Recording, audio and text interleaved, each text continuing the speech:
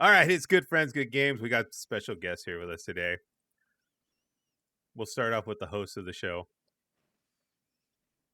Farmer Zen. He looks so thrilled. Yeehaw! Hi, it's me. How many times have you done that this week? Like a lot. 14 times, I think. I've been counting. I think I was lost responsible track. for half of that. But my voice is just so done after every single stream. Also, I have a little surprise for you. Oh, for me specifically, or for everybody here? Oh, okay. He's got a little surprise for everybody. Oh my god, the Luffy hat. The One Piece is real! And Zen has it! Get him! Have you been streaming all night, like every stream with the hat and the headphones like that? No, it arrived at the very end of stream yesterday. Yeah. I don't know how the fuck this is gonna fit with my headphones. I'm not but- gonna force you to put that over your headphones. You'll be okay. So Zenith, You chose You chose. I can't. Oh God. So Zenith, Also, I have another surprise. I'm crying. Dill, do you have the soundboard? So you can What? access my soundboard, right? Oh yeah. There's a button you can press. It's called Barnyard. Go ahead. I've been listening to this all fucking week.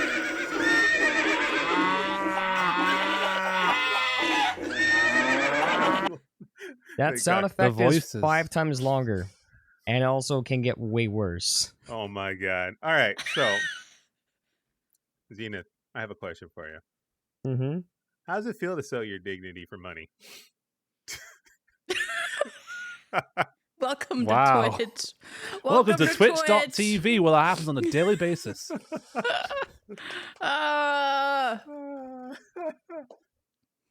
Look at this fucking. Next question. Next question. Welcome to Twitch.tv. You're now officially partner. You sold your dignity. Yeah. What is okay? So this is probably Zen's weirdest thing he's ever done on stream. What is Oh. everyone's weirdest thing they've ever done on stream? Like Dance on for stream? some promotion, whether it be charity or a subathon or whatever. Dance on stream. So I did the Halloween costume thing once, I believe, and it was Pow and I, and we did Wayne's World. So like that's where this flannel nice. actually came from. So like I Nice. had the Garth thing going with the wig, and then Pow had the Wayne's World hat and the black T-shirt and all that good stuff. So like we did Wayne's World, and I think we did Dead by Daylight if I remember, for a Halloween stream. But that's about as like weird and random as got. The most extreme thing I think I did was during the charity. I did the whole Bean Boozle thing, and then to just go all ham out and like reach that last $50 or something like that, I mixed a bunch of the Bean Boozles together and just ate them. Oh, I think yeah, I I've done remember that. this. And Yeah. yeah, I'll never It's do not that nice. again. What No, did it's we not learn? nice. Ugh. Beans don't go well together. All right, so what's the weirdest thing you got going, Dill? What's the weirdest thing you've done or most extreme thing you've done on stream for cash? As I said, just dance on stream. Nice. Yeah, look for charity. Yeah. Did you wear anything special? Mm-hmm. Not that I can remember. I did dance to Rasputin. That was fucking hard. Jesus Christ, my knees. Did you twerk? Squats Did for you twerk? Squats for days. Yep. Wow. Jesus. Yeah, that was probably the weirdest one. I did eat the handful of Bean Boozle beans, but oddly enough, that didn't really affect me that much. I don't know why. I don't know. Pow eats them like candy, like literal candy. Like I'm like, what are you doing? Pow She's like, enjoys oh, them. this one doesn't taste that bad, and she like eats the vomit one like it's nothing. Oh. And I'm like, you're boogers. That one's nasty. yeah. Oh, boogers! This is great. Seriously? Oh boy. Mm, Dinner. dead fish. It was so odd. I was like, what are you doing? But you know, That's interesting. people gonna do what they're gonna do. True. Everis, what's a wild one you got going? I did Bob Ross. I did a Bob Ross. I did a Bob Ross Okay. stream, and it's like I bought the wig and everything, but I didn't buy brown. I brought blonde. So I had this like the largest like bright like platinum blonde wig.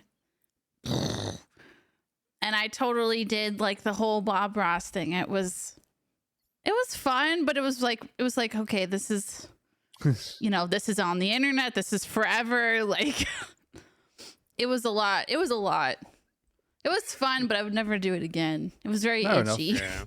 Yeah. This is Yeah, very itchy. It's one of those things you do for like the stream, and it's like, all right, now that I done this once, I'm never doing it again. Yeah. I'm trying to see if I can find it. Like I took a picture and everything. I'm sure it's on Twitter. I don't know. How far does Twitter go back? Does it delete anything? I mean, to be fair, with Elon, the way that Elon's Well, running the yeah, place, it it's may probably not been exist or long whatever, gone. but if you go to, I think if you like look at your profile from like the outside, like if you were a user and went to your profile, there's like a media section and you can go scroll through the pictures.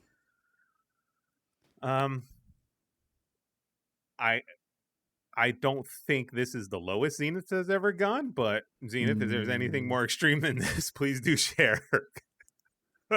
Well, At least dresses up as Tingle that's not the fairly worst. regularly. This is That's not the not the worst. I worst. put the most time and effort into this, yes, because I completely overhauled my stream where there's barnyard things and there's tons and tons of sound effects. Like I actually added a little button. It's on my Elgato Stream Deck where it has a 25% chance of where like it it has a whole bunch of like different barnyard sound effects. So like it'll be like a cow, horse, goat, chicken. So sorry, just quickly explaining this. And then there's a 25% chance that it'll do just a burst of all of them at the same time. You Damn. honestly, you went like above and beyond what I expected you to do this week. Like you like changed your points, you changed your overlays, you changed your Yes. panels. You Everyone's vegetables changed now. Everything. Like the sub badges, it's crazy. Thank you. I don't know if I would have put that much work into something like I that. know. So I applaud you. If I'm gonna, I just don't half-ass things. But No, you've never ever done that in the longest time that I've known you. You've never half-assed anything. I'm serious. I say that with the utmost honesty. Yes, I True. found Thank it. you guys. I found Thank it, you. and I'm gonna post it to Please our do. Discord. Yeah. But the weirdest thing I've probably done is I played Getting Over It Oh. wearing a maid costume Wait, that I what? could barely fit into. And it was so Barely. tight, I tried to get out of it, Are you and I serious? ended up ruining it. What for? And because if I got a certain amount of subs I said that I'd do it, Oh. then I did it. Oh my goodness. Wait. And It barely, actually, no, sorry, it it wasn't barely even that. fit. It I barely lost the fit. bet. I lost the bet But because they, all right, if you guys fund my friend's ability to get a Nintendo Switch, I will wear a maid dress on stream. And they did it within 5 minutes. I'm like, oh fuck. You didn't think it was gonna happen, did you? Yeah, so basically, at the end of that, after the end of that stream, I gave the maid dress that to my brother. That was his. Oh my. Oh, this is so embarrassing. This is And I was so like, hey, I may have embarrassing. ruined it. And he's like, oh, Oh. okay. Oh. wait, Now I okay. can't So He use had it. no plans of wearing it after my junk was in it, so I was gonna say. So was- this thing didn't fit, but it didn't fit in all the right places, right? Is that what we're getting at here? it didn't fit in all the places. I'm gonna ask as well. Why did your brother have a maid outfit? Because sometimes See- still, when two people love each other, they do Not yeehaw, but no, no. That's why I'm asking. That's why I did the whole The Rock. Like, All right, Morgan people has a do- point. It was a dress. Why was your junk in it? Like if think kilt, right? let it breathe. Breezy, airy, breezy, something, Be like something. Scotland. I don't know. easy breezy, beautiful cover junk. I mean, my junk was very covered. I was don't know where airtight. to put this. Sometimes things just need to flow and breathe. And I don't want. So I Also, don't that was really not the want only to time put I wore this. dress on stream. Sorry. I don't. Oh, Really I want, thought you were gonna say you really don't want it to be like breezy and free and like comfortable, but I mean, to each their own. Okay. I'm so glad I didn't hear what I said, because that was not the only time I wore a dress on stream. Okay, I'm Oh, okay. posting the picture of Everis in Okay.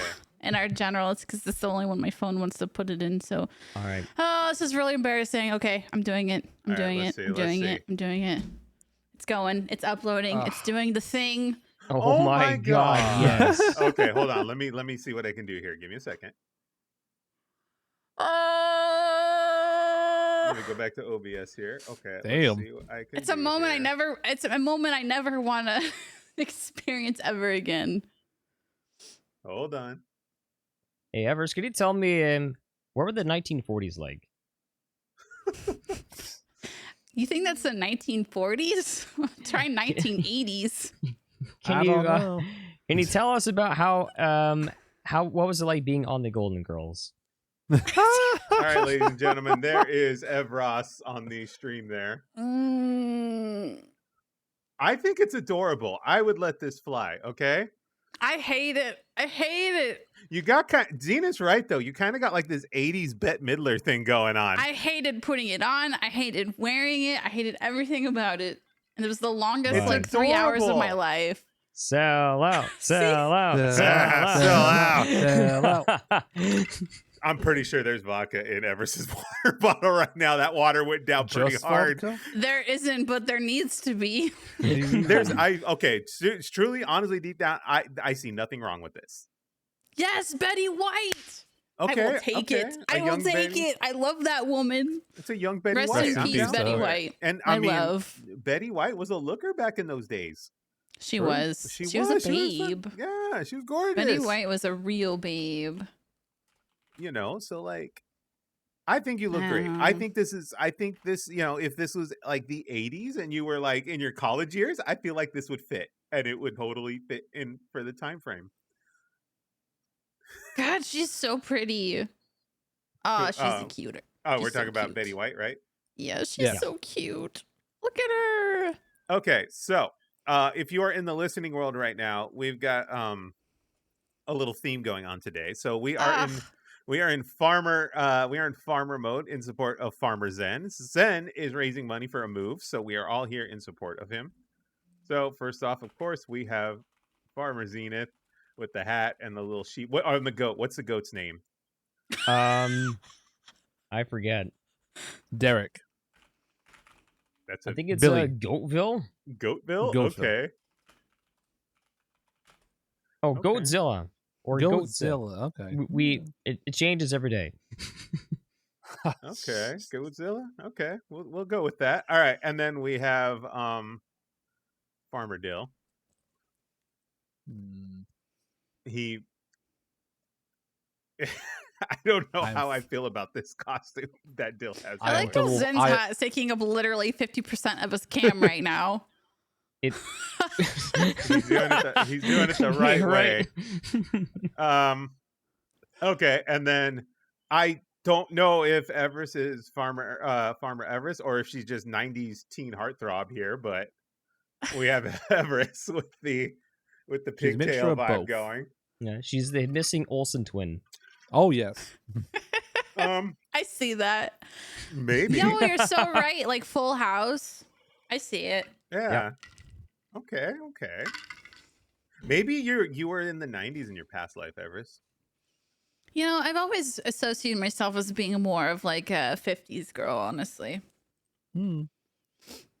Old Okay. soul, young heart type thing. Okay. That's kind of how I feel sometimes. All right. And then, of course, we have myself, Orale. I'm the Orange County farmer, California. You're the modern day farmer, technically. Yeah, I'm the Hispanic Orange County farmer. So this is all like in support of Zenith. Like I said, Zenith is raising funds for a big move that he has to make. I'm assuming, Zenith, you've got links up on your channels and all that good stuff, right? Well, there's a tip jar. That's about it. There's a tip jar but there. it also So like the tip jar does like unlock things that I do on stream. So like, but it's always been like that. And we spin a wheel every time we hit like certain increments. So Okay. Yeah. Go ahead and reach out to at Legend of Zenith over on Twitch.tv and drop in a little tip jar. He'll appreciate it. How long does Farmer's Zen go for? How long is the Farmer's Zen run? At the end of tomorrow, and then I have a short stream tonight, and tomorrow I have about 8 hours and nothing but Stardew Valley. I've actually been enjoying Nice. myself doing this, to be honest. Like, I have a soft spot for these kinds of games. Okay. Well, we're here for you. Go ahead and visit at Legend of Zenith on Twitch.tv today and tomorrow. And drop a little tippy tip in there for him. Don't give me the other tip. Oh, the other tip. Okay. Or Goat Demon or whatever the hell's on your mic will just kick you in the Goat ass. demon. Yeah. Godzilla will come for you. I'll fertilize your yard, if you know what I'm saying. It reminds me of like Monty Python with the rabbit. Oh my, my gosh, god, yes. yes. It's like, oh, it's an Run innocent rabbit. No, it's not. I like it. I think Run away! The vicious demon with fangs. I like it. It works. So All right. what we're saying is we need to get a holy hand grenade just in case for Zen. Yes. Yes. I'm telling you this. So if the people in here know, but the Steam Deck software, not Steam Deck, the Stream Deck software broke.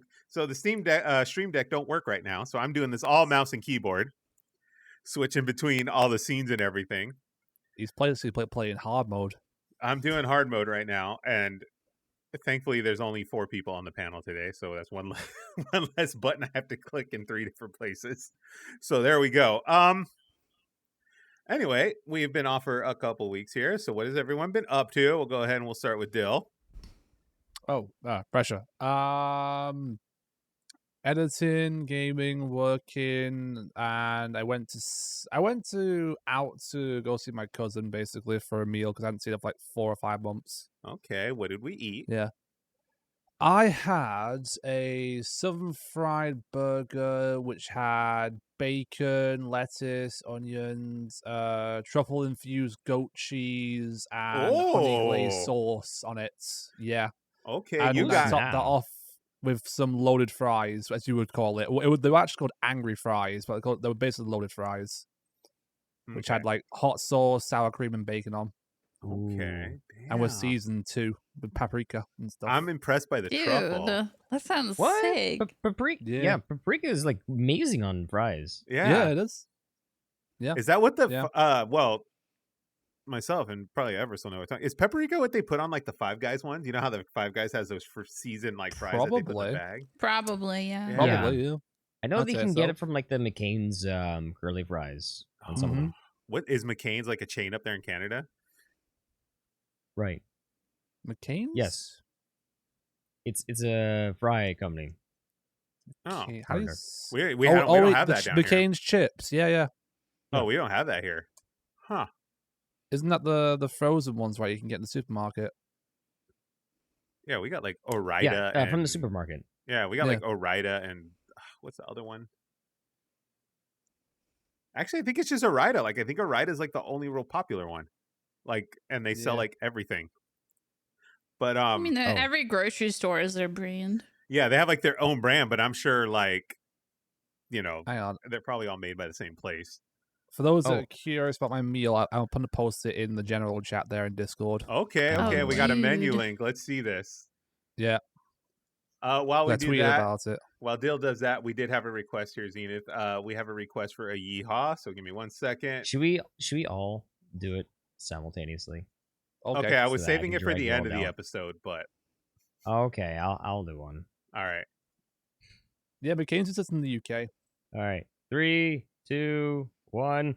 Yeah! Oh, the noise filter picked it all out, but don't worry, your mic audio will Damn. get it.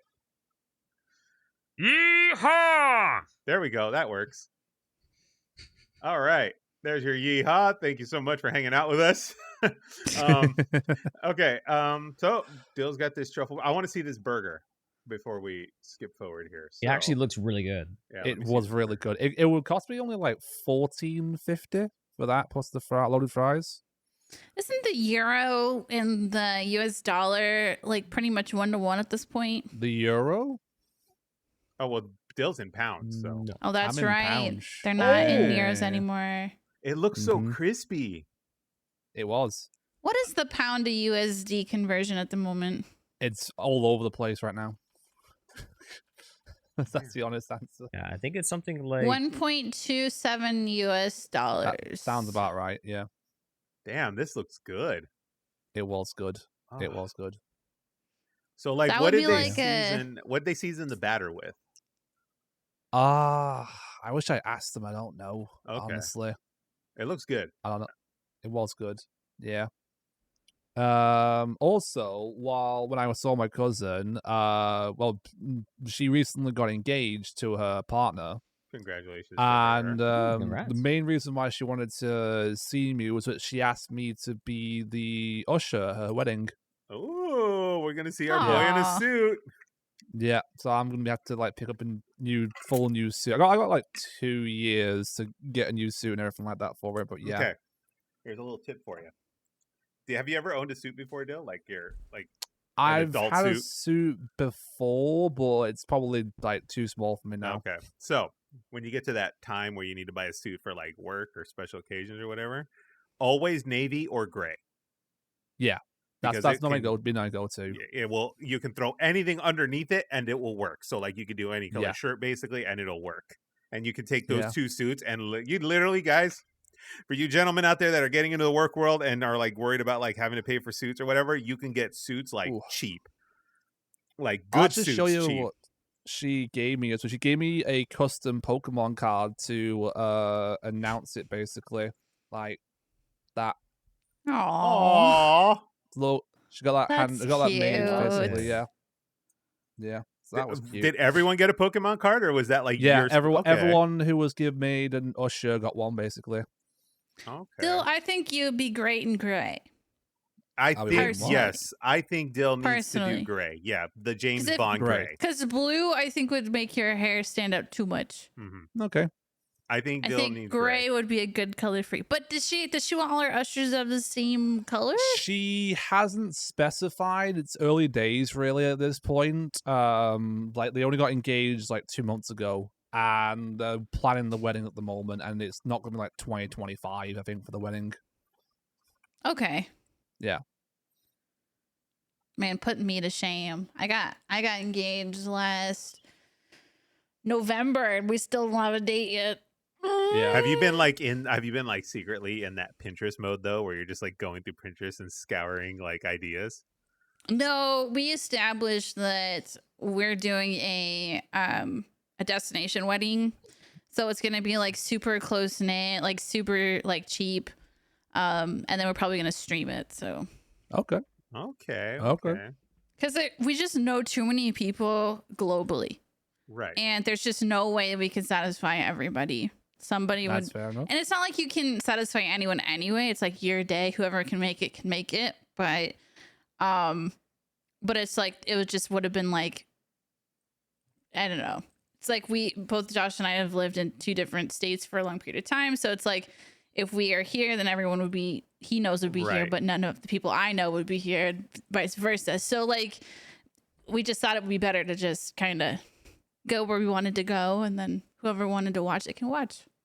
Yeah, I like that's it. fair I enough. like it. Okay, I got a question for you before we move on to you, Everis. So, let me know if either of these are tacky. All right, hypotheticals. This is all just Pow and I talking hypothetically. Okay, we have made nothing official. Oh, Words here right now. Nothing is official. Don't get too excited. you're adopting me. That was You're on the adopting list, me? and you fucking ruined it. am I adopted now? I literally tried to find a way, Zenith, to. We will smuggle Dill in. I will be Yeah. banned from your country just to do it. Yeah. Okay. Anyway, Zenith, I was literally trying to feng shui the shit out of this place any way humanly possible, so I could put a little cot for you in case you Is needed it Is it 2-bedroom? No, this is a studio, Oh my god! so we would have really? had to. We would have had to bunk bed it or something. Wow. You know. Yeah, do it. But anyway, back to the point of the conversation. All hypotheticals and just talking. Okay. wedding bands. There are two options for wedding bands that Palgo and I go back and forth on. We Mhm. have the famous Star Wars wedding band where one says "I love you" and the other one says Oh. "I know." From Empire Strikes Back. Mm-hmm. Yeah. Or we do the Zelda wedding bands, and each one says it's dangerous to go alone. Take this on the inside of Mhm. it. Which one seems a little more timeless and like you think will transcend time a little bit longer? I feel like it's the Star Wars ones. Really? I was thinking it's Ooh. dangerous to go alone. Take this. That one I feel is more niche and maybe even a little more special. You know what I mean? It really just depends, because well, I think it also depends on like the bridal party that you have with you, because you want something to kind of like that everyone there is also going to understand. Mm-hmm. So, as much of a Zelda fan as I am and how cool that would be, I think the Star Wars thing actually might be better. Yeah, and the Star Also, Wars what is one. Zelda? Yeah, the Star Wars one technically fits my personality a little bit because like Pal will be like, "I love you," and I'll be like, "I know," and I just go on with my day kind of thing. But those are like questions you ask yourselves, and then obviously Zenith and Dill will need suits Yeah. because we're I'm gonna have wearing this. a hella groomsmen party, so we gotta get that worked out. But yeah, that's like stuff so I get what you're saying. Like Pow and I talked about it too. Like we want the small thing, not overly huge, but like really close friends and people like are important to us and stuff like that. So it's just conversations you have as you go further and further in your relationship and you think about that kind of stuff. But Everis, what have you been up to? Well, I'll admit my streaming stuff has collected dust. I haven't streamed in a very long time. But last week I had an excuse. My parents were in town for the weekend, and it was a lot of fun. I gave them a little itinerary. We went paddleboarding and kayaking one day, and then we took them hiking the next day, and then we went disc golfing the next day, and then they kind of left the day after that. So, of course, we went out to eat and had all the yummy, delicious food and in the area that we love. And Did you take them to it like was just a lot of fun. Did you take them to like your favorite restaurant in town? And all? Oh, actually, has this been the first time they've come to like see you and Josh in your place together? Since I've lived here, yes. Okay. They've been here before for other things. My grandparents used to live here like over 10 years ago, and so they've been here before. But I mean, this whole city has changed in the span of like the last forever. So this was a Everest life check-in kind of deal. Yeah, it was. So we had to like clean the house and scrub the walls. And it's actually not that bad. It's just there are things we needed to do. Like we hung the artwork back here. This didn't used to be here, and I like it. Yeah, thanks. And then just various other things, but typically we keep it pretty tidy anyway, so it wasn't that bad. But are your parents like mostly detail oriented? Like, do you have one of those parents that'll come in and like check the corners for dust and like no? Okay.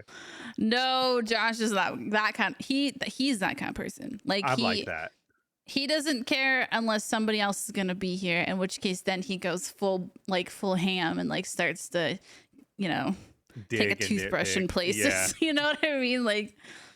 It's like little things you miss, like the cabinets. Like you think about, like you always miss the cabinets because like you cook and stuff, and if your cabinets are above the stove to an extent or near it, like stuff gets on the cabinets, and then you don't think about it. It has that layer of grease. Yeah, and you're like, oh, I need to clean this. Yes, and he's tall, so he can see like all the dust on like the refrigerator and like the the vent above the stove and like all of that, those areas that people typically ignore. It's like he's like eye level at it. So I just realized I was on the Dill thing for like the whole time. Hi, I am here.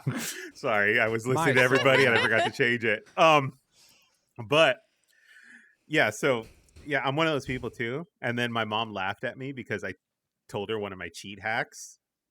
You know how, I don't know if every stove still does this, but like, you know how some stoves you can lift the top up and like you can get the stuff under the burners? Yeah, that's a gross place, but yeah.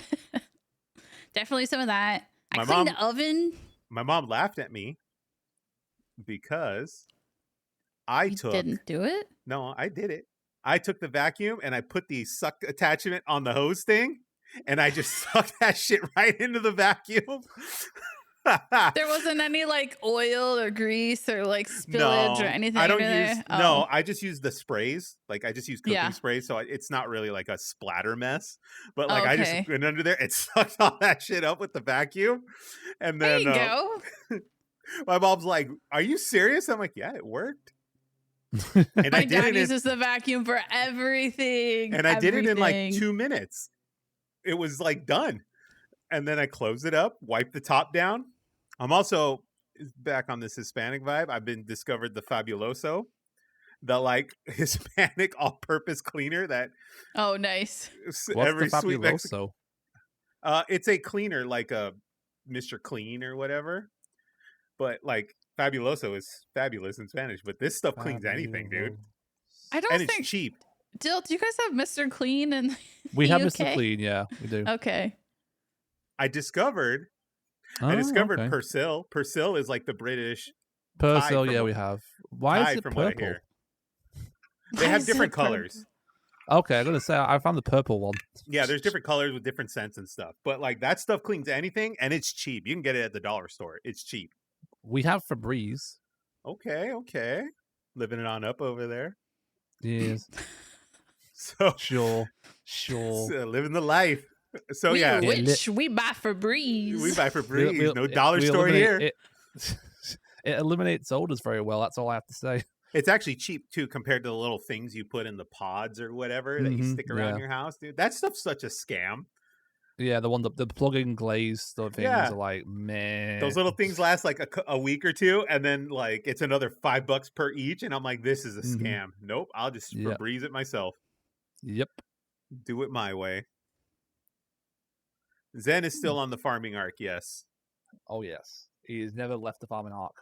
he never left the farming arc. Thank you, Morgan. He's still Um, trying to find the One Nope, Piece. I'm stuck with this. He's stuck with this. He's life. His life. But yeah, parents were in town. That's Yeah, parents were in basically- town. That's where we rolled off to. But yeah, That's we- basically what last week was, and then yeah, since then it's just life stuff. nice. All right. Are we Zenith- talking about the games we played, or are we just talking about life things? Well, we're in the We life can do phase of the both. week of the Okay, conversation okay. right now. We're gonna roll into games in a minute here. So, we got Zenith.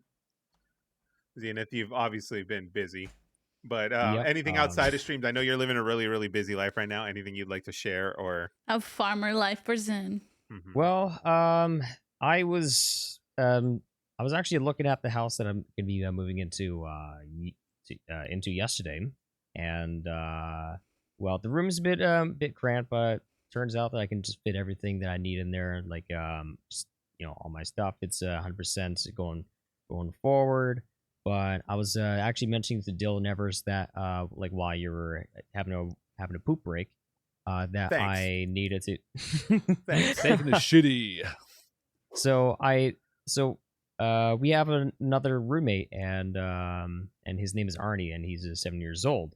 So he's not that he's like the grumpiest person, but he's probably not like the friendliest person from what I've been told. So I need to just kind of be mindful of that. I think I might Give him have cookies. Cookie. Yes, like I might have to like shift my streams to like to start in the morning. I have to keep the volume down, so it's gonna be a bit of a change. But right now, like the plan is for this to just not be like a permanent solution, because I do plan on moving somewhere else afterwards. It's just right now this is a roof over my head. It's gonna last until Christmas at the very least, and then hopefully something works out that I can just be out of there and have a bit more personal freedom. Yeah, Yeah. you'll be good. It'll work out. You said 70, like 70. Yes, 70. Okay. So, yeah, I've been living with people that are older that don't understand technology, and they're gonna have to get over the fact that, like I said, it might be a bit of a challenge for you to get over to kind of understand that I don't have people in the house currently, and I'm speaking to people over the internet. Oh, this should be good. yeah, this so should be that good. would be All that sounds interesting. like. Can we get I'm a just gonna daily walk- cam of him? I want to see what a 7-year-old guy does in a day in his life. Like, I don't feel know, like but it's all I Up, know- like the movie Up. I feel like it's the movie Up where the guy like wakes up, watches TV, goes outside and sits on the lawn for like 12 hours, and then goes Yeah, to Probably. bed. pretty much. Well, turns out that he hangs out in his like room like the whole time. Just if well, I'm gonna have to use my soundproofing panels for him. Okay. I just hope that I have enough. I'm getting ready to that's do the that. So major they're issue. cheap on Amazon too. If you need help, I'll order some. But like, I got to do that stuff here too. I got to get into that mode. I should be all right, but it's gonna be a weird adjustment. I mean, podcast will be no problem. Just can't expect me to go yeehaw on it because Aww. yeah. So We like the loud, raging, angry Zen is probably something I'm gonna have to retire for a few months. Oh, No, but I don't said believe that I said that you can always do the soundboard, right? Record yourself doing these sounds. Oh, that's your right. yeehaws, your rages and all that stuff, and then just use it on your soundboard. So it's just Yeah. I mean, I might make it where that barnyard sound effects that Dill played. I might make that a permanent channel point Oh. redemption, but it's very expensive.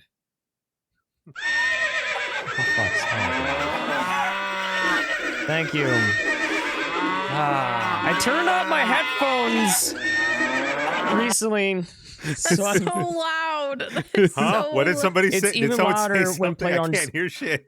I That is turned the so- volume down on my soundboard. It's actually way louder when it's played through my stream, and not to mention people can still redeem sound effects on top of that to even make it even more insane. Yes. So Um, it's the worst. I'm gonna That's need that. so I'm loud. gonna need that sound. By the way, Zenith, I'm gonna need you to send that to me. Same. Not I to need that too. annoy the hell out of you, but I actually need the sound so I can edit it into Oh, the I pod. wanted to annoy people. All I right, want to I'll annoy do it. people. Yeah, so I can I'll edit do it it. into the pod. It also Um, cuts out for some reason. It's okay. We'll make it work. All right. So what did I do over the past couple weeks? Pow and I went to the other county fair. So we went to the LA County Fair and then we went to the Orange Oh. County Fair. How many county fairs do you have in the US? We have two big ones in California. Okay. At least in Southern California. We have the LA County and the Orange County, and they do take place like within a month or two of each other. Oh. To be straight honest, they're mostly the same thing. I think Pow and I kind of went to both to decide which one we do like more, so we know to go to that one next year and put our efforts in one of them versus two of them. Did you have a consensus? Like which one did you like better? It's really, really interesting because they both essentially the same thing, right? They have animals to pet and all that kind of stuff, but it's more like the location and the facilities, like the fairgrounds that the event takes place on. So here's where we are. We like the LA County Fair because the LA County Fair had better vendors and better like how do I word this? They had like a better swap meet in there, you know, with different vendors selling their handmade goods and all that kind of stuff, right? They had better vendors there. But the facilities were like really dirty. Like the bathrooms were awful. Oh, yeah. And there was, I'll get to this actually, one of the deal breakers for us in a second here. But like the bathrooms were awful. It was really, really hot. You know, it's dusty because it's more dirt than cement and concrete. So we were kind of like, okay. The Orange County Fair takes place in Orange County by the beach. So it's much cooler weather in the summer. The facility appears to be a little bit smaller, but everything is more spread out. So they have less, but everything's more spread out and it's roomier. The vendors weren't as desirable, but the bathroom facilities were immaculate. And just the eating area, like there was constantly somebody coming by wiping tables and all that stuff. And it made for an overall really nice experience. So we liked that a lot. The deal breaker for us that made Orange County win, I think both of us agreed that Orange County won, is that LA County did not have water booths, like water refilling stations. Oh, that's Oh. not good. Yeah. And I got really, really upset about this. I They understand. charge like $100 for water. Right. And this made me think to myself, and I was like, you know what? There should be really a cap on how much places can charge for bottled water. There should be. I understand like Coke and alcohol, like soda and alcohol and things like that, or like Gatorade, shit like that, right? I understand that I think it's fair to mark that up whatever price mark you want, right? But when it comes to water, which is like a human necessity, especially when it's hot, water should have a cap on how much they can charge. this isn't just even like California or even a fair thing. This is everything. This is concerts. Right. This is events. This is restaurant. Like, it's ridiculous. Like, oh, like what do you call it? Like food carts. Well, Yeah. You pay more for water than the soda. It's ridiculous. It's terrible. So, Morgan actually had the question. Like, Morgan was like, "How much is the bottle of water?" I think the bottle of water was $5. Yeah, like your standard like arrowhead size of it's bottle. Terrible. Yeah, that is like not cool. I feel like there should be a cap. If they're paying X percent, let's say they're paying $1 for a bottle of water, they should be able to charge no more than $2. Is California limiting water usage this summer? Yes, we had like a big drought for 2 years, and then California had all those crazy rainstorms and stuff that ravaged us last winter. And our levels are back to normal, so they've kind of like relieved it a little bit, but we're still under conservation to some extent. Okay. But yeah, like no water refilling. So the Orange County Fair had the water refill stations. You could take your water bottle up, just fill the water, and then you're good to go and keep going. That is cool. You can charge me $5 for bottled water if you want, but you have to give me a water refilling station or some kind of, provided facility. I'm not saying you have to give me filtered pure Arrowhead water out of this thing, but you need to give me water. Mm-hmm. And if I want bottled filtered water or whatever, I'll go pay for it. Yeah. But like if you do not have those stations, there should be a cap. Actually, to be fair, there should be a cap period on how much places can charge for bottled water, because that is a necessity. Mm-hmm. You don't need, Diet Cokes and Pepsis or whatever to live, but you do need water. And there should be Do they allow you to take bottled water into their security? Yeah, we were allowed to take the bottled water in. That was Okay. nice. They let us take it in. No hassles there. But like, but who wants to carry bottles of water everywhere all day? Like, where did we stick? Because you're as heck gonna use more than one. Right. Me bottle. and Pow and I each took one the second trip to Orange County. We took one to LA because we figured they would have the water filling stations, and we just keep filling it, right? And not have to deal with carrying a bunch of water bottles. But the other one, Orange County, we took 2 because we weren't sure. And then we got in there and they had the water filling station. But overall, Orange County won. We liked it better. The water refilling station was a big deal. The weather was a big deal, and the facilities were just clean. And it was a very pleasant place to be. The vendors weren't as good, but they had cool stuff. They had a World War II museum and things of that sort. So that was pretty cool to see. That was very cool. I think the last concert I was at, they ran out of water bottles to like sell to people. So what ended up happening is I was near the front. The bands that they seen me 3 years in a row, so they just came up to me, my friends, like after one of their set songs, and they handed out a bottle of water. I was like, "You guys look very thirsty." I'm like, "Thanks." I'm fucking parched. Been here for like hours. Some bands have been really good about it. Like some bands will have like hoses like on stage, and like the stage guys will spray the people in the front. Oh, this was indoors. That's awesome. This was indoors, and we were still like dehydrated as fuck because there's no water. There's no water, and plus, like you have, several thousand people on the floor there, like smashing into each other and stuff, and just body heat and everything. It creates, a shitty situation if you don't have water. Yeah. But meanwhile, they overload like the band with not only just like lots of water, but like booze, energy drinks, whatever that is that they need. So like they had like a whole bunch left over, so they were actually just handing out to people in the front.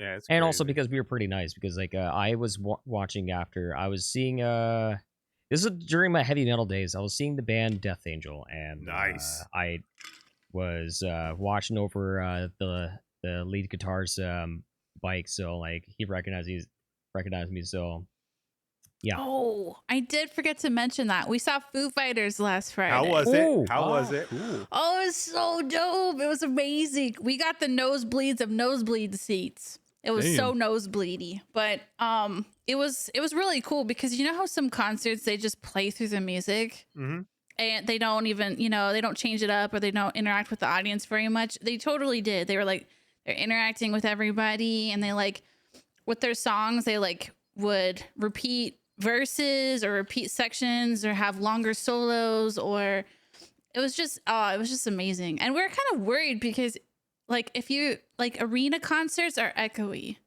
They're echoey as heck. And this one in particular is old, and so we were just like, oh, we didn't expect it to be that great. But you know, it's Foo Fighters. They're solid. They're solid. So it was great. It was freaking awesome. Yeah, Well worth it. Pow and I saw a concert too over the break. This gentleman by the name of NF. People here may have heard of him. He's very Yes. I guess you could call it, I'm not familiar with his work up until this point, but I guess he is like a positive influence hip hop artist.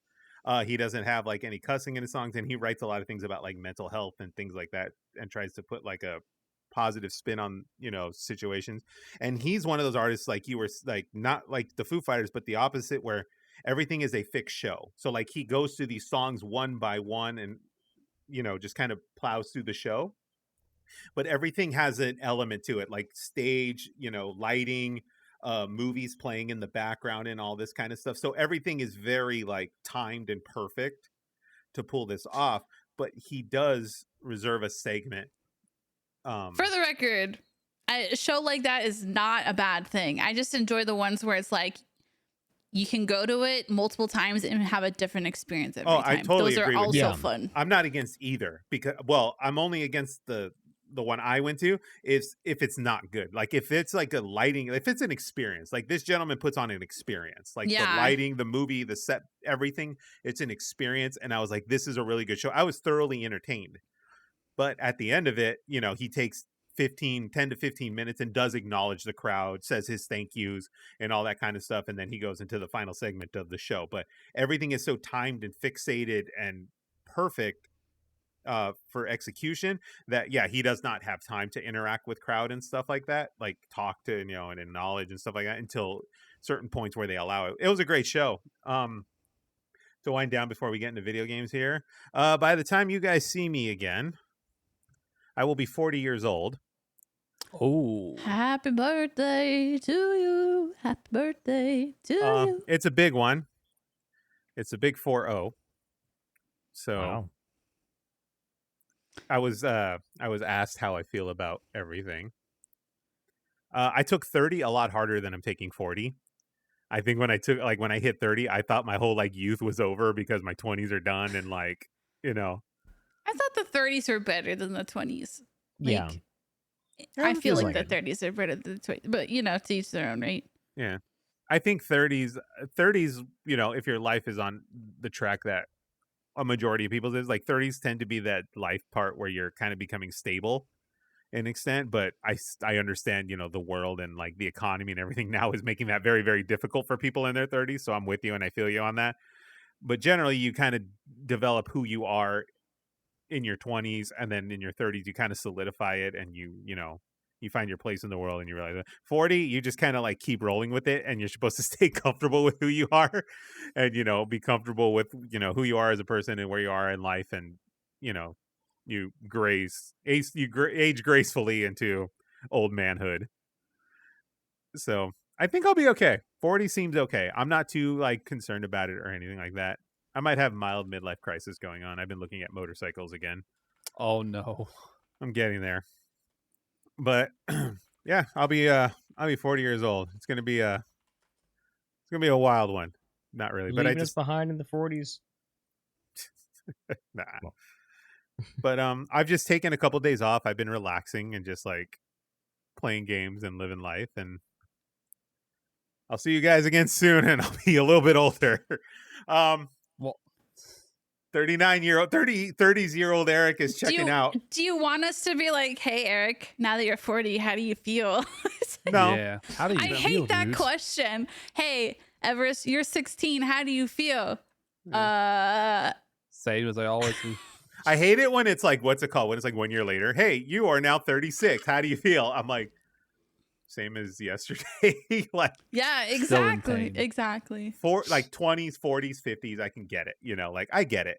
Maybe 18's another exception. Like 18's a different exception, you know, because like 21 to. yeah, but for the most part, it's like, hey, I'm just a little bit older. But 30s, Erik signing off today. See you guys in 40. But other than that, yeah, just playing games. And on that note, we're gonna do some video games. Let me go through the doc here so I have it up in front of my face. Doc. Okay. I'm loving it. We're gonna go ahead. We are gonna hold off on Farmer's Zen for a second here. Dill, go ahead and share with us. You did some completions here. Ooh, which one?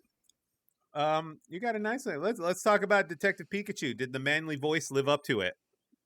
Oh yeah. Oh Okay. yeah. The manly voice also is returning in the sequel as well. Okay. So I'm all caught up and prepared now for the sequel. The sequel trailer does look pretty good. The game itself was decent. I thought it had decent dialogue. The game obviously looked like a standard 3DS game, decent graphics on there as well. To be entirely The- honest, the new one also looks like a 3DS game. Yeah, it does. Yes, it looks like they're taking a 3DS game and put it on the Oh. Switch. I totally forgot. Yeah, there's no 3DS anymore. It's a Switch game. It is now. Yes, the sequel is a Switch game, and it still looks like a 3DS game. It does not look good. It upsets me that they did not like. It upsets me that you can only play the first one on a 3DS. Yeah. And then the second one you need to switch. Like that infuriates me for some reason. I know. I mean, like, as I said, I only bought it because the eShop was closing down, so I figured I'd try and, like, get what I could from, like, anything. But overall, it was a decent thing. The one thing I will say is the ending did disappoint me a little bit, but it plays into the sequel, basically. So, like, it's an ending that, like, you're supposed to get an answer to the question that, like, is asked at the start of the game, and you somewhat get a kind of answer, but then they, like, propel it straight into the sequel, basically. So the sequel, hopefully, is going to answer that question. Oh, so they left you on a cliffhanger. Yes, basically. Do I need to go play Detective Pikachu now? I mean, you can either do that or watch playthrough. Be careful, because you know what's coming out in like 2 weeks, right? Yes, that is true. Starfield is coming out. Oh crap! Never mind. Sorry, we be can't. Be careful about what games you play right now. We can't this do is the. This is my dilemma. We can't do this this. This is literally like Josh is right next to me playing like freaking God of War right now because he's like, I gotta finish God of War before this comes out. Otherwise, I'll never touch God of War ever again. This is why I'm trying to finish Mega Man Battle Network Legacy Collection, because I gotta try and, I gotta beat all of them, and then Starfield comes out. And then on that note, you just finished Battle Network 2, and now you're gonna go into 3. Let us know how that's going. Yeah. Well, Battle Network 2 took me about 17 hours to beat, so 5 hours longer than the first game. Mainly because some bosses were difficult. Battle Network 3 has quite a few differences from the second game, in which you can customize the Mega Man with, like, an actual customizer rather than just getting power-ups. So that's cool. But the weird thing is you have to customize it correctly, otherwise he develops bugs. Where, like, bugs. He won't attack properly, or he won't move sometimes, or he'll just, like, phase in and out every so often. This is by design, yeah? Yeah, by design. This is actually kind of cool. Okay, it's basically like you have to put the blocks in the right place in the right order, otherwise he'll start having, like, bugs. He can even crash as well. You can crash Mega Man if you do too much on it. That's kind of cool. Yeah. So yeah, I'm just trying to work out what I can do and what I can't do with that. So, a question that I have is, so I knew about the Battle Network games. Yep. It's just what was their popularity like back in the day when, like, they first launched compared to, like, the original, like, this mainline series of Mega Man and the Mega Man X games? I think it was very underrated because, like, the only reason why I got one is that it was given to me by someone, and I played the first one and I really enjoyed it because, it was just, like, a lot of hours I poured into it. I think it was very underrated though compared to the main series, because the main series is obviously, like, the main focus for the people. But, like, as soon as I saw Legacy Collection, I was just like, yeah, I'm having that. Because I've only played the first one, and there's, like, 6 of them in total. This is actually technically there's 8 of them, because for some reason on the 3rd game and the 6th game they made 2 different versions. Wait, there's 8 of these network games? Technically, yes. What the fuck? Where was I? So in the third one, the sixth one, did a Pokemon where they made 2 different versions, basically, with like Oh, some okay. exclusive missions and exclusive power-ups you can get from Mega Man, basically. I wonder if they're gonna do Yeah. like a volume 2 thing, like on the Switch. I mean, you can get them on the Switch. I know that the Battle Network ones. I'm not sure if they're gonna like do any more Mega Man stuff on Well, because the Switch. the Battle Could Network do. like collection thing, right? It's like the first 3 games, right? No, it's all 6. Oh, it is all 6. I take my comment back then. Okay, it's all 6. All right. If you buy the full bundle, it technically is 2 separate games, part Volume 1 and Volume 2. But you buy the whole bundle, you get all of them. Okay. So you get all 8 games. And that's $59.99, right? You can get it on Steam, Nintendo, Probably. all that good stuff. Yes. Xbox is the only exception. Really? I don't. I yeah. thought we talked. Wait, we talked about this. Yeah. I don't know Okay. why it excluded Xbox, but yeah. Okay, I want to know what happened. What's so funny, Everest? Nothing happened. Share with the Zen's class. Zen's just has a staring farmer off look. in the distance. I don't know where he's looking, but it's with this like the hat thing and I like was the little listening goat to thing. the glorious No. grandeur, excitement of Mega Man Battle Network, and you're here No. just I look at feel this like fucking Zen funny hat. is trying to Please keep an don't judge my eye. ADHD. Zen's It's trying fine. to keep an eye on his farm. That's what's happening here. That's why he's a bit distracted. Yeah. Yeah, Those he got weeds, the hat. they It's keep like, coming back. and then he got the little goat, and it's killing me. It's killing me. Okay. It was worth Okay. It was worth every motivation we threw into. You don't agree with my hat. Yes, it was. I like There's the nothing goat to a do with lot. not Actually, agreeing with it. I love his little goatee too. His little goatee on his chin. It's perfect. Yeah. All right. And then you're doing some Spider-Man DLC, Dill. That's just some preparation for Spider-Man 2. Yeah. I've got the DLC that I haven't finished the DLC on PC, so I just returned to it to finish the DLC. I was gonna Right. go Platinum Run Miles Morales, but then Everest I've just done told that. me. Everest just Yeah. told me we got 2 weeks until Starfield, so I was like, well, I You can't. Yeah. forgot? Okay. Have you seen how many games are coming out later this year, Everest? I don't blame him for forgetting. It's not that I forgot. It's that there is just literally so much stuff coming where Well, it's the thing is, for me, it's like, it's not that I forgot. It's that I didn't realize that it was so soon. Like, Yeah, you're it's like, coming. for me, I'm in like summer mode, and September to me is like, oh, it's fall now. My brain's still in summer mode. It can't be fall already. Holy shit, it is. Fall means XYZ LMNOP that's coming out soon. Yeah, the So- new Oh my Mario God. game actually launches next month. Yeah. A month from now. Wait. Yeah. That's all crazy. Oh, Wonder? Oh Wow, God, the I feel Mario like Brothers one? I feel like it was yesterday. We were just talking about that. The Mario Bros. One comes out in October, does it not? Double I'll check double check. this. Yeah, Double- the same day. It's the same day as Marvel Spider-Man too. That's why I know. Oh. Okay. Yeah, it's October 20th. When is Yep. Super Mario RPG? That's the one that I think comes Uh, first. That's the one that comes first, I think. Yeah. We are so screwed this year. I'm sorry. We are We so are. screwed November. this year on video game. Here's wait. an honest question for you all. What do you think is going to be Game of the Year this year?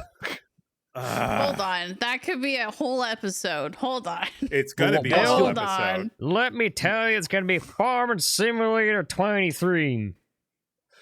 Played Oh my 19. God. We don't talk about that. Actually, Super Blame Mario this guy up here. RPG Wait, no. that comes out in November. Whatever. Okay, so yeah, we have okay. Oh my God, there's so much. Okay, let's nip this in the bud right now. Hold on. My cat is playing. My cat is playing the video game. Hold on. He's Your like cat on is the playing video he's on the games? controller and he's like Yeah. moving the, hold on. I'll be right Yeah, Yeah. it's gaming time with All the right, cat. all right. Let's see here. Game release schedule 2023. Let's look at this real quick here. Okay, we are in August.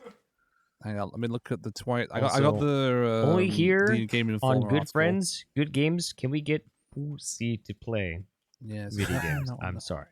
Oh yeah, Red Dead Redemption port's going now as well, isn't Oh, it? that's gonna be ass. I can tell you that right now. Yeah, Yeah, can but you guarantee have that to already. pay for it separately again. $50, please. For not an it didn't upgrade anything. It's literally just putting it on a different console, and you have to pay the amount again. Uh-huh. Okay, Mhm. here's where we're at right now. Here's where we're at. Now you may want to play all these, you may not want to play all these, but here's the major releases coming right now. Okay, so we just had Baldur's Gate 3, right? Yep. Okay, we have Starfield this September 6th. That is less than a month away. We have Starfield Mhm. coming. Okay, then this one's going to slip in through the cracks here. Mortal Kombat 1 is September 19th. Oh yeah. That's slipping through the cracks. Same day as Liza P as well. And then October, we have Forza Motorsport, which is a big one if you are into racing games. Mm-hmm. That's October 10th. Detective Pikachu, October 6th. Sorry, I got those backwards. Assassin's Creed Mirage is October 12th. Alan Wake 2 is October 17th 17th. of August. Mario Spider-Man 2, Wonder is October 20th. the same day as Marvel Spider-Man 2. So Spider-Man 2 and Mario Wonder will be on the same day. Mm-hmm. Oh, the Metal Gear Solid Master Right. Collection Volume 1. Yeah, the Metal Gear Yeah. Solid Collection, October 24th. Okay. Yep. And then November, we have the Mario RPG remaster, Mm-hmm. and that's where we are at. Pretty we're not much. gonna be able to play every single one of these games. It's just not gonna be doable. No. I'll prioritize what I want to play. That's Not, my not attitude. any person with a job, let's be real. Right. No, realistically. Yeah, that's true. I need a job to pay for all these damn games. Same. Truth. Yeah, so like I'm it's still an endless cycle of ass that we have to go I'm through. still debating what version of Marvel Spider-Man 2 I want to get. Oh. Okay. So we have a long way to decide game of the year here because I feel like we have two of the biggest releases that aren't even out yet. So we're kind of I'm- going to be in a thing. Game of here. the Year contender this year. is gonna be a Everyone hot thinks doozy. a bunch of people are saying Baldur's Gate is the game of the year. I'm like, I We'll think talk it'll about be a Baldur's Gate in a contender. second because we have That's my opinion. yeah. So we'll talk about that in a second here. I'm like, really? I mean, people love what they love. Mhm. Okay. Well, I mean, we just had Pikmin 4. So, True. and New it's Game of the selling Year. really, Game of the really Year? well. Game of the Year edition shut Pikmin 4. up. Game of the Year edition. Uh, Oh, but not to poke fun at Everis. It actually is selling pretty decently right now. is It's it the best- really? Yeah, it's the best one they've had so far. Like the best sales wise so far. Uh, out of When was the other last time they released a Pikmin game? ones. Wii U. So Pikmin 3. Okay. So it's doing It's like pretty well. It's like everyone yeah. that bought it heard this podcast and then they didn't like your sentiments about the game. Oh my god, yes. So Everis is actually the person who caused them to have increased sales. Yeah. Thank The you, butterfly Everest, for effect. securing its Game of the Year edition. She pulled the I- Hogwarts Legacy. She was like, I don't deserve that credit. Wow. I don't deserve that credit. Apparently, Oh. according to this article, it outsold Final Fantasy 16 within 1 week. Oh my god. Damn. I'm going to go in blind on this one here because Everest didn't fill out the sheet. But Everest, what are you playing? I didn't follow the sheet on purpose. She didn't play any I'll be games. honest. I haven't been playing games. I mean, I don't care that you didn't fill out the sheet. I'm ex- just with going in one blind. with one exception. I've been playing. I don't know. Didn't know if I wanted to really like. I'm playing Minecraft. I'm playing modded Minecraft with Oh. Josh right now, and it's a. I mean, it's Okay. like a blast. It's like, what am I supposed to say though? Everyone knows what Minecraft is. Everyone knows what you do with Minecraft. But Okay, yeah, well, we're Mine. Modded Minecraft. I want to know what we're doing in modern Minecraft. Like, it was actually funny because I had a conversation with a friend of mine over Discord, and he's like, "Oh, what are you playing?" I was like, "Oh, I've been playing Minecraft." He's like, "Oh, I haven't played Minecraft before, but I heard it can be a real time sink." And I was like, "Oh yeah, we're playing modded Minecraft. It's a huge time sink." And he's like, "Oh, what mods did you add?" And it's literally, and this is what I said. I said all the mods. There's literally a mod pack called All the Mods. how Which big I is thought the was- mod pack? Like, it's I don't know. Is it but like it's gigs? 300. It's 350 mods. Okay. Damn. Is it like gigs in 350 size? mods. What? Oh, Was it it's like decent gigs? size, but it's not as big as some other Oh, ones okay. I've played. It's not like a 'Cause I COD think- update that's like 80 gigs. Oh my god. I don't know. I can probably figure it out pretty easily, but I mean, it's a lot of stuff. But it's like some of these mods are like little things, you know. It's not Right. like the side, you know. Overhauls, some are like full larger than- overhauls of the game. Yeah.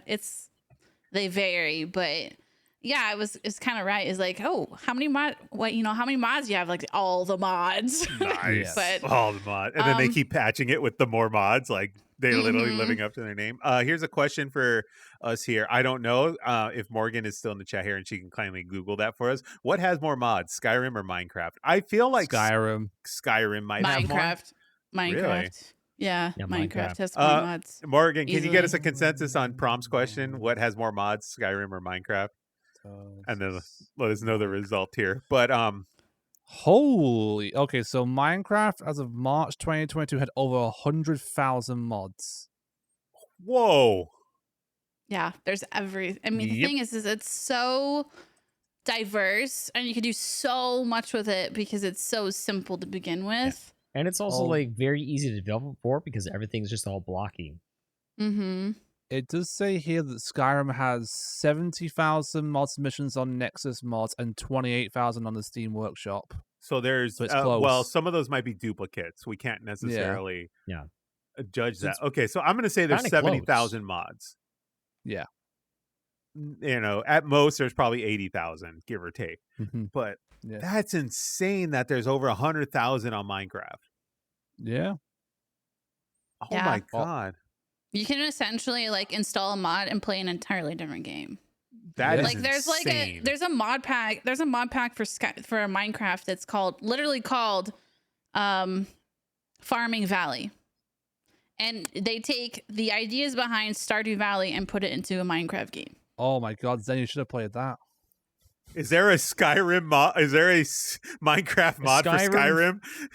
Probably. Or Skyrim I think there's farming something mod. like Skycraft. No, Skycraft's something different, but like, hold on, I gotta look this up because I'm curious too. I want to know if there's cross pollination here. Like, The thing is that it's like, is it gonna be a mod or is it gonna be like a graphics update? Right. You know what I mean? Like, is The they're answer gonna to put that like is yes. how to we turn There is a video someone posted in 2020 called "How to Turn Minecraft into Skyrim." I don't know what that means, but Basically, I mean- put Skyrim in Minecraft. yeah, they probably just That's put what in it some sounds like to me. weapons based off the game and some ores based off the game and called it good. Oh, and then put in some, Probably. draugrs or whatever. Draugrs. that's Dragons, crazy. yeah, all that good stuff. I'm gonna try this. I'm gonna download some. I have a Minecraft account. I paid for Minecraft like ages ago. So It's a lot of fun. Like we're building factories and auto crafting, and I can basically make any resource from a plant. you? It's do you Yes. take these games? So like Pow does this, right? So she'll take like Animal Crossing, right? And she takes these games and she builds the world like how she wishes her life was. Like, do you do this? I. What do you mean by how your life is? Oh, like so, Like- so Pal will take, for example, she gets her little apartment in Animal Crossing or whatever, and she Oh, yeah. puts everything in this apartment as if she would do it in real life. Like this is her, like this is the house she wants in real like life. the dream house type Yeah. thing. Yeah, in a way, yes. I mean, in this case, you can't really be. I mean, I would do it if I was just playing like regular Minecraft, but this is kind of next level because you're basically min-maxing the game or whatever that has potential. In which case, you don't have time to build your dream house. But I've done it before, absolutely. But with me, it's like when I do this stuff, I like to build buildings to be efficient and pretty, whereas Okay. Josh likes to do things efficiently, whereas I like to kind of mix both worlds. So I'm like cool modern buildings and pipes running through them, and I don't know, it's pretty cool. That's okay. Modded Minecraft. It is a time sink. How much does Minecraft cost these days anyway? I thought it was $20. Did that change? Something like that, yeah. I probably. I'm not sure, honestly. Minecraft. Let me see. Minecraft is Has it ever changed? I don't know. This is one of those ones. Yeah. Okay, 29. Oh, that's Dungeons.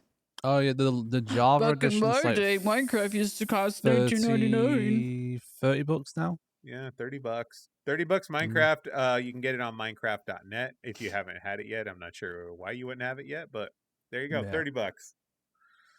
I thought this game was like Fortnite and like everyone had their hands in it at some point in the gaming world. I played Minecraft. I did too a little bit.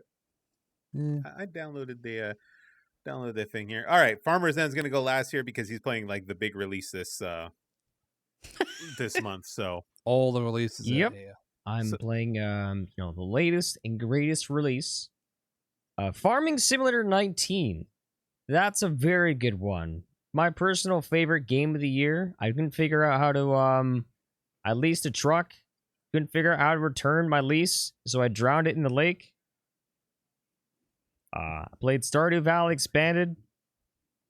That was actually I'm actually having a great time with Stardew Valley, but I've been playing some Baldur's game. It's a good You game. made me want to play that so bad, Zen. well, Like, I I was want to like, know. Okay, before we get to cannot- Baldur's Gate, I cannot play Stardew Valley right now, but you have no idea Why how not? much self-control Why not that play is Stardew required Everis? not to pull it up right now. It's killing Why not me. play it? Oh, Why not the play it? expanded mod is Play it. really Beak. good.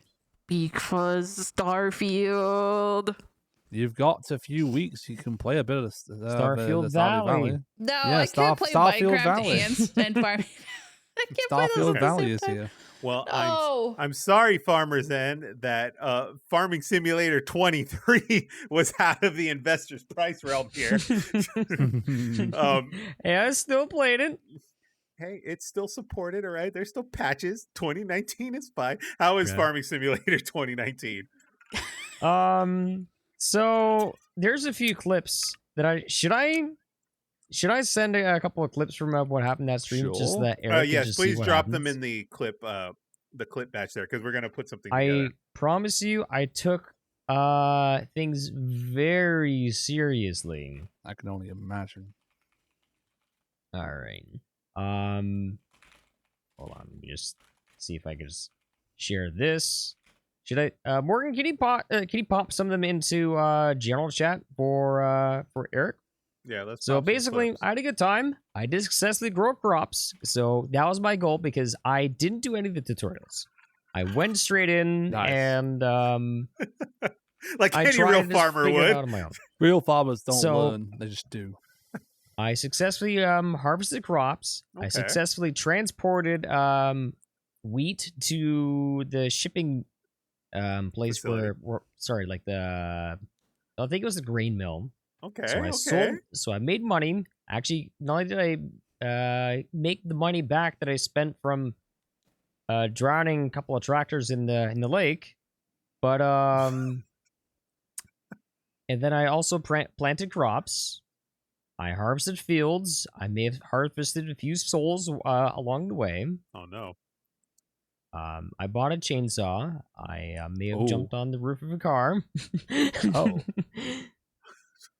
But it was a good time. What the was hell a kind very of good farm time. is this? Sorry, what? What kind of farm is this? I was Did you putting just look at the chainsaw one?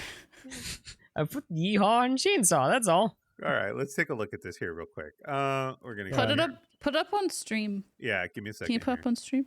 Let me go ahead and go to the Discord window here and pull this up first. We got Rip Tracker. Okay, Yeehaw Chainsaw. We're gonna do this here. Let me pause this for a Yeah. second. You may as well go on an adventure. I told you that game was easily fuckable. Like, there's so many opportunities for just messing with everything that you have Yeah. available to you. Okay, I'm glad you enjoyed it. Here is Yeehaw Chainsaw here. Oh, I'm ready for no. this.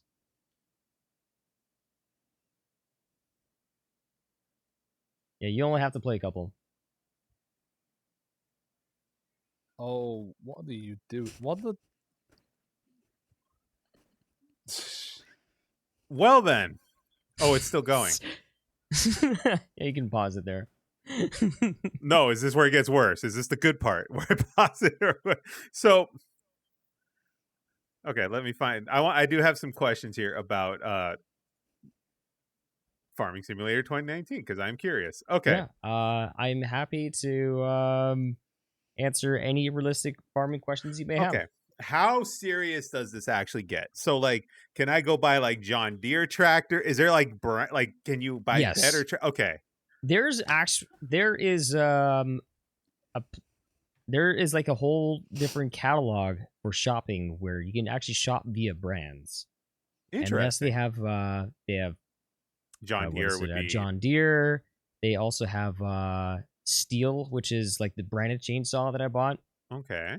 So you can basically just get anything from there, and like it actually is pretty in depth. So and I did like take some like, even though like a lot of clips are just for me just dicking around and wasting time and resources, but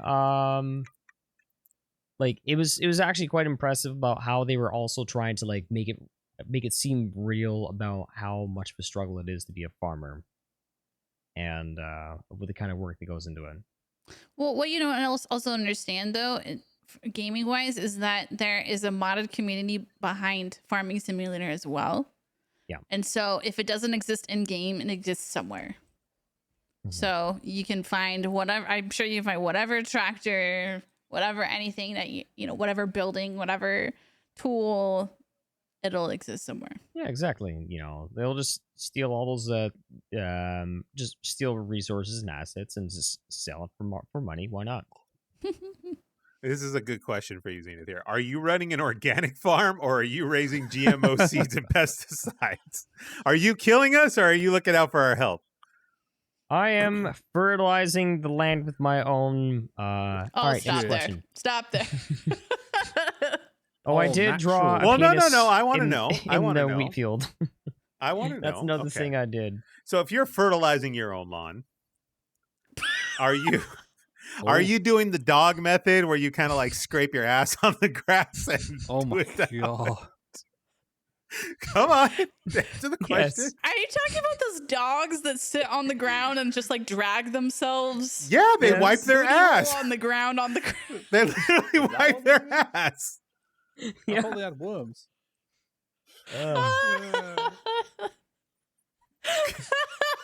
My face already hurts from this podcast. You asked me to be witty, and I said ass wiping dog. There you go. Yep, I was the ass wiping dog. Oh, This is good stuff. This is good stuff. I'm glad this purchase was very fruitful for you. Yeah. So, okay, so the quality of equipment you buy, I'm assuming yields to better crops and better, or at least makes you more efficient. Well, from my experience, like some of the machines, the bigger that you go, like they actually have multi-functions. Like you have one that will like till the land, they'll help cultivate it, and then you have to do like another one where like you have to buy different size of containers, because one container that I had can only fit so much of crops I can use to sell. So I have to keep that in mind. Say, okay, I got a small one, I got a medium-sized one. I'd get the larger one, but I am already at least way too many vehicles, and I'm also running out of space at the bottom of the lake. So it was surprisingly in depth. Interesting.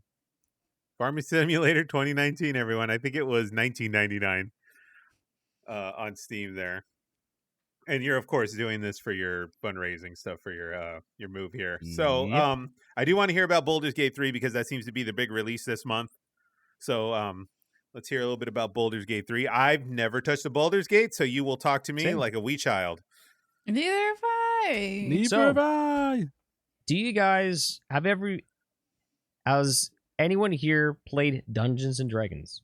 Nope. No, but I'm Yeah, kind of of familiar with it. course. Yeah.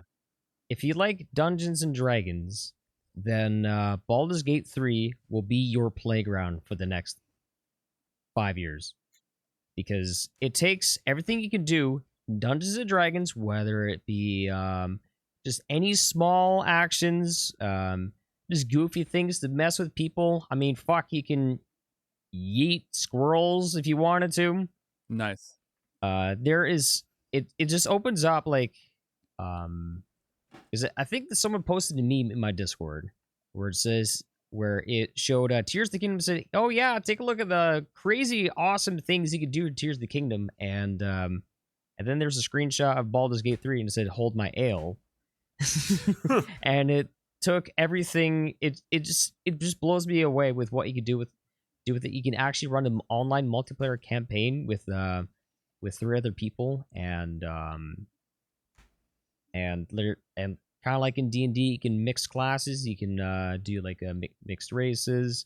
There's so many different things. Like, for example, I accidentally got caught. Well, because I wanted to check a body, I accidentally looted it in the middle of town, and the relatives didn't like that. So anytime I came near them, they were kind of like hissing at me. They didn't want anything to do with me. So I just fucked up a few side quests. Hissing?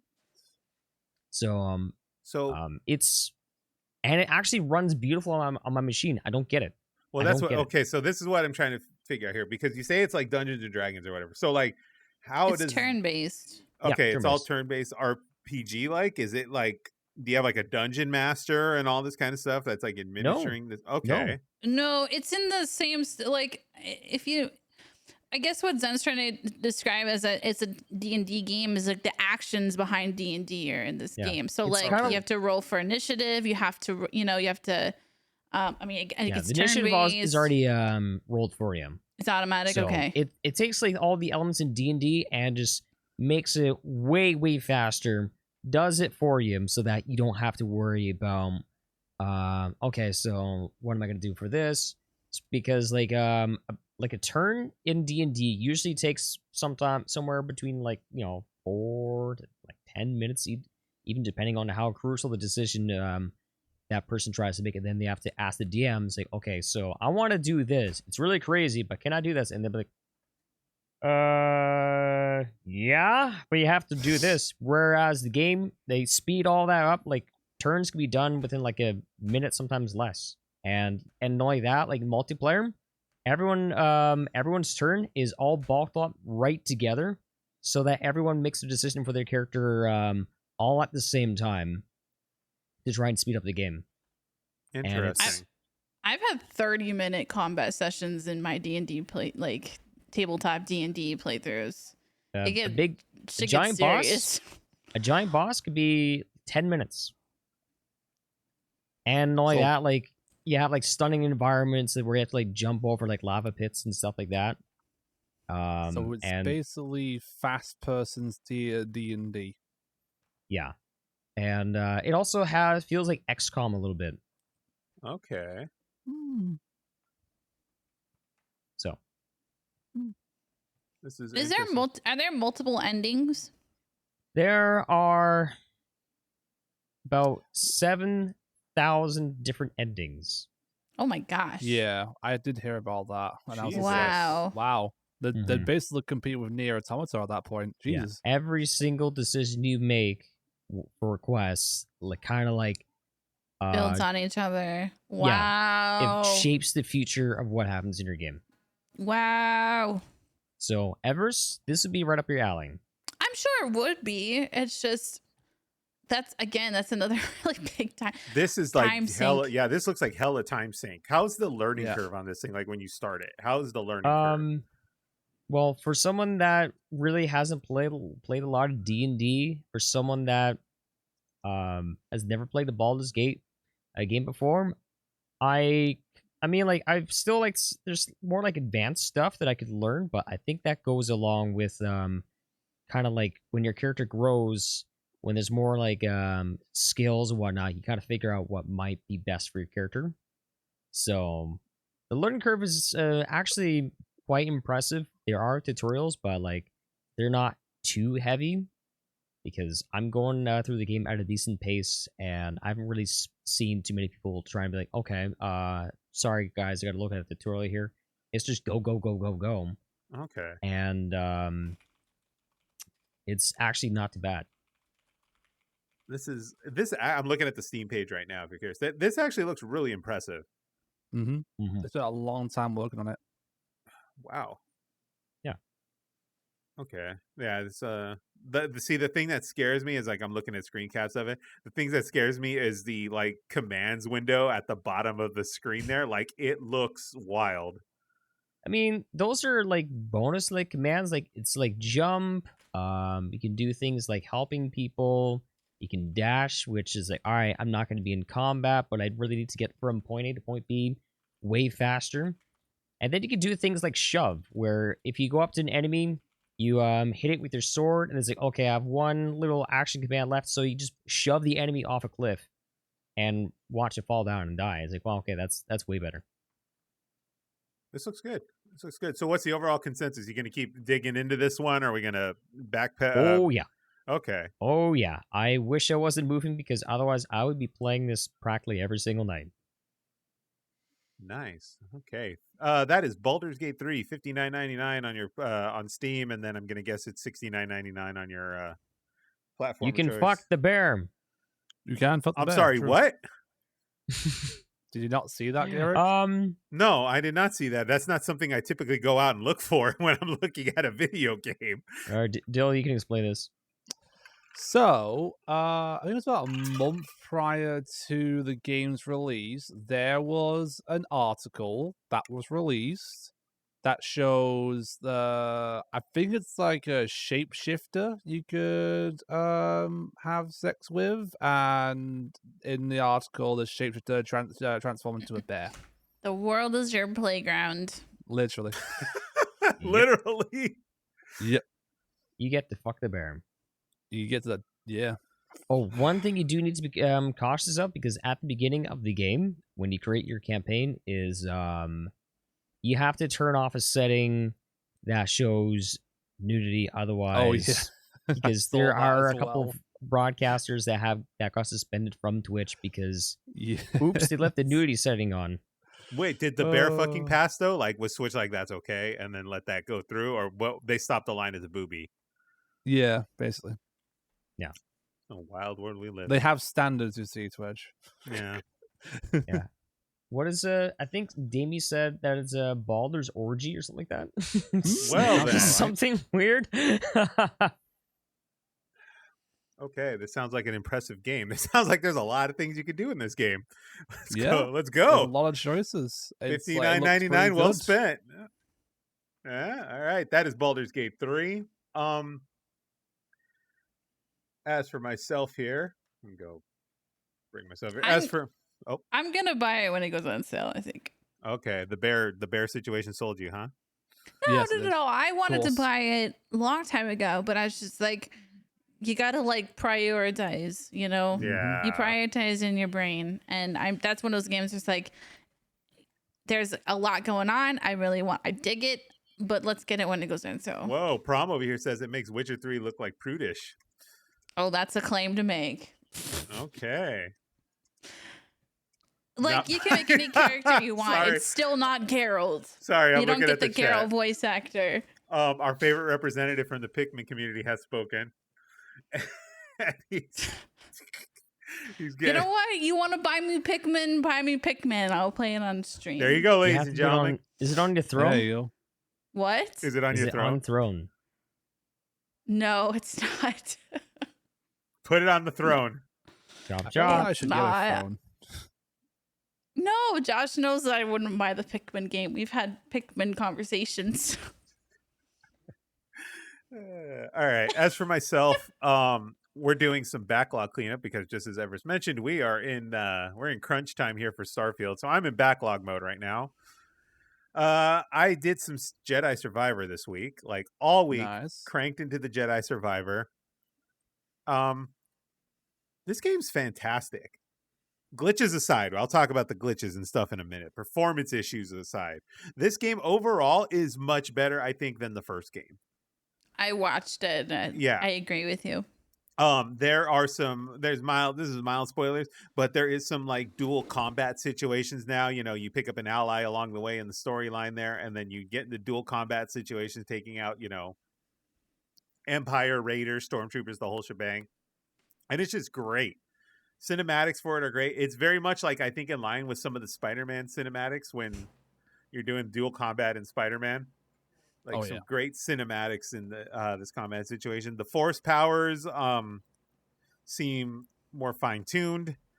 You can use them in situations to your benefit a lot better. Storytelling just seems to be great. It's dabbling into the High Republic part of the storyline, which, if you don't know, High Republic in Star Wars lore takes place long before the events of Anakin and Padme, long before that. So you're getting almost to like the ancient times of Jedi Order and stuff along those lines, which is very interesting stories to tell. Overall, great game. Performance issues. I'm very, very disappointed that this game is now 4 months in or something like that. 4 or 5 months in, I think we're at, and Yeah. they have fixed little to any of the performance issues. I'm not on the fastest PC in the world, but my PC is by no means a slouch, and I'm still running into like these graphical glitches where it just like goes from like 100 frames down to 30 just out of nowhere and just like stutters, and just like Dill did for a second there. Yeah, that was strange. I just noticed that you saw it as well. Yeah, Dill's flickering. He's literally Jedi Survivor Dill right now. This is what I was experiencing. That was weird. You okay over there? He's a Jedil. It Jedi. wasn't just me. I noticed, Eric, you did that as well for me. Okay, you might have a network issue. Maybe. I don't Hopefully know. your power doesn't go out again. Oh Fingers my crossed. goodness. So wait, quick, you don't have to talk about this very long, but was there a storm that night that your power went out, or was it just No, random? someone decided to Nothing? just have some fun with the breaker switch. Oh, what a dick. A Yeah. crackhead stole the copper. What a booby. Probably. It was only off for like 5 seconds and it came back Yeah. on. What a booby. But let us know if anything goes down, Dill. All right, no worries. But yeah, overall great game. Graphical glitches aside, like performance, they need to really patch this game and like work out these graphical glitches. I heard that Josh said that the first one had worse glitches and problems than the second one. I don't know. I personally didn't have very many issues with the first game. I had some, but like later patches fixed them. This time around though, like this game was freshly patched and everything, and I'm still running into these graphical like He had to change the settings from like performance, or maybe it was like graphics, something to performance mode. Yeah, maybe. Or something like that in order to get it to run smooth. He can confirm that. I don't know if he's listening or not, but like Yeah. he can confirm or deny what it was. Oh yeah, after changing to performance mode. Zero Yeah. issues after changing program. So that's like PS5, right? So he's on PS5 doing it. Mm-hmm. Okay, Are I'll you on check. PS I'm on PC. Are you on 5? Oh. I'm on a I don't PC know. doing it, so I don't know if there's something I can do on the PC. But from what I'm experiencing, like patching has done little to nil in terms of, the frame rate drops and all that kind of stuff. Controls seem decent. Controls seem to be responsive. Works well. I've really dug into this game, and I've got about I think I'm at 11 hours at this point into this. Something that I did Josh told me about was that the game is canon, which is super cool. So everything in this game ties into the current whatever Disney's building with the Star Wars universe at the moment. So This guy, I thought that was really cool. I forget what his name is. It's something Monahan, I believe is his name is. He was on like Shameless and stuff like that on Cameron TV. Monaghan. This guy needs to get in the Star Wars like universe on TV like now. Is it true that they removed the last 3 Star Wars as they removed it from being canon? That is up in the air. I think. saw an article about it, and somebody said that was the case. I don't know if that's true, honestly. So it's because, really like, interesting. It's what been Disney said did. multiple times, but this time it was like Yeah. more. I feel like that's certain. just Star Wars fans pleading with Disney to do that, honestly. Yeah, it's That's what it really sounds weird like. how like what's gone down. So like there was tons of novelization in the Star Wars universe that was released and stuff between Return of the Jedi all the way up until we started the second trilogy with what's her name, Rey and all that stuff. So there was a bunch of novelization, comic books, etc. Some of that is actually really important and influences the characters you see now in like Mandalorian and stuff. Like we have the Ashoka show coming that has Admiral Thrawn. Admiral Thrawn came from these novelizations that were released after Return of the Jedi in the 90s, and he was such they're a bringing back some of those books. But here's and what's making them interesting. canon again. They're trying to, but like the original releases, like Heir to the Empire and those 3 trilogy books for Thrawn, have been removed as canon. They are not considered canon by whoever's in charge of Star Wars now. It's kind of dumb. But they're utilizing the characters and trying to bring them into the universe and make them canon. Right. But so they did this whole wipe of the universe, and they're like, this is what's canon, this is what's not with canon, and all that kind of stuff. Up until that, I call it the Great Purge. Anything up until that purge now is Star Wars canon. Now, unless they are making more decisions and saying, hey, this is not canon, it's kind of dumb. But from what I understand, Cal and BD1 is actually canon now because he was in The Mandalorian. Well, the model was. So like the Really? BD1 is in. Well, I don't want to say it's BD1. Was it in the last? Was in the last season? Because I didn't watch the last season. I think he was in Book of Boba Fett. I think he was in that season. Oh, okay. Yeah. So I don't want to say it was BD1 because I don't know if it's BD1, but it's the model. But it was his. Yeah. It's his model. So that model of droid exists in the universe now and is a canon. The gentleman that plays Cal needs to get in the universe now because he's probably one of my most favorite Star Wars characters I've come across in decades. There's rumors that he might appear in the Ahsoka series, but that's only like rumors. Right. And that timeline will work because Jedi Fallen Order and Jedi Survivor take place. During that time. They take place before Revenge of the Sith, if I remember right. Yeah. So they take place before Darth Vader goes into power. Wait, Fallen Order and Survivor? I believe No, they go between. They go between the timeline 3 and 4. Yeah. If you're talking about. Oh, I'm sorry. Yeah, they come after Revenge of the Sith. Darth Vader is in power, and then it happens before A New Hope. Sorry, pre-Luke Skywalker. So Cal is before Luke Skywalker. Now they're saying, oh, we don't want this to happen because then Luke is no longer considered the last Jedi, yada, yada, yada. But I'm like, screw it. This kid is damn good, and he's probably one of my favorite Star Wars, protagonists. He's not a whiny Skywalker. No, he's actually fantastic. He's like literally like right on the cusp of what like a good Jedi is. So I hope he gets into the universe. He needs to be in there now. But Jedi Survivor, I believe it's still in that $59.99 price range, $69.99. Yeah. It's still full price, but you can get it on all the platforms of choice, exception being the Switch, obviously. And then no way the Switch can handle that. Jesus. Yeah, the Steam Deck can't even handle it. I tried. Nope. Good luck. We also, Pow and I did some more It Takes Two. This game is dark. Yeah. It's like dark as hell. I'm like, what the hell did we just play? We ran into a scenario. Got some themes into it that it buries in there like really, really well, where you might not recognize it at first, but then like, oh crap. We had a run-in with an elephant that was very like. Oh no! We ran into this situation with an elephant that Pow it really messed up Pow. Like she's still thinking this is not cool. You had no choice. Yeah, you had no choice, and it really messed up Pow's emotions. It's like it fucked with her, and Pow would never look at elephants the same way again. But It Takes Two. It's a good game. It's a good game. I kind of take back some of the comments I made back whenever it won Game of the Year. It's actually a really well done game. The puzzling and the platforming, you working as a team together, it works really, really well in a co-op scenario. It works great. The game, I think, is starting to run its course a little bit. Like it's starting to feel like it's overstaying its welcome. I know you played this, right, Everis? No, I didn't. You didn't. But I watched quite a bit of it. Okay. So like I got to this, Pow and I got to this scenario with like the watch and the clock tower. Mm-hmm. And this scenario was very, very epic in terms of video games. Like to the point where I was like, this has to be the end of the game. Like this is too epic to not be like either the most significant point of the game or the ending.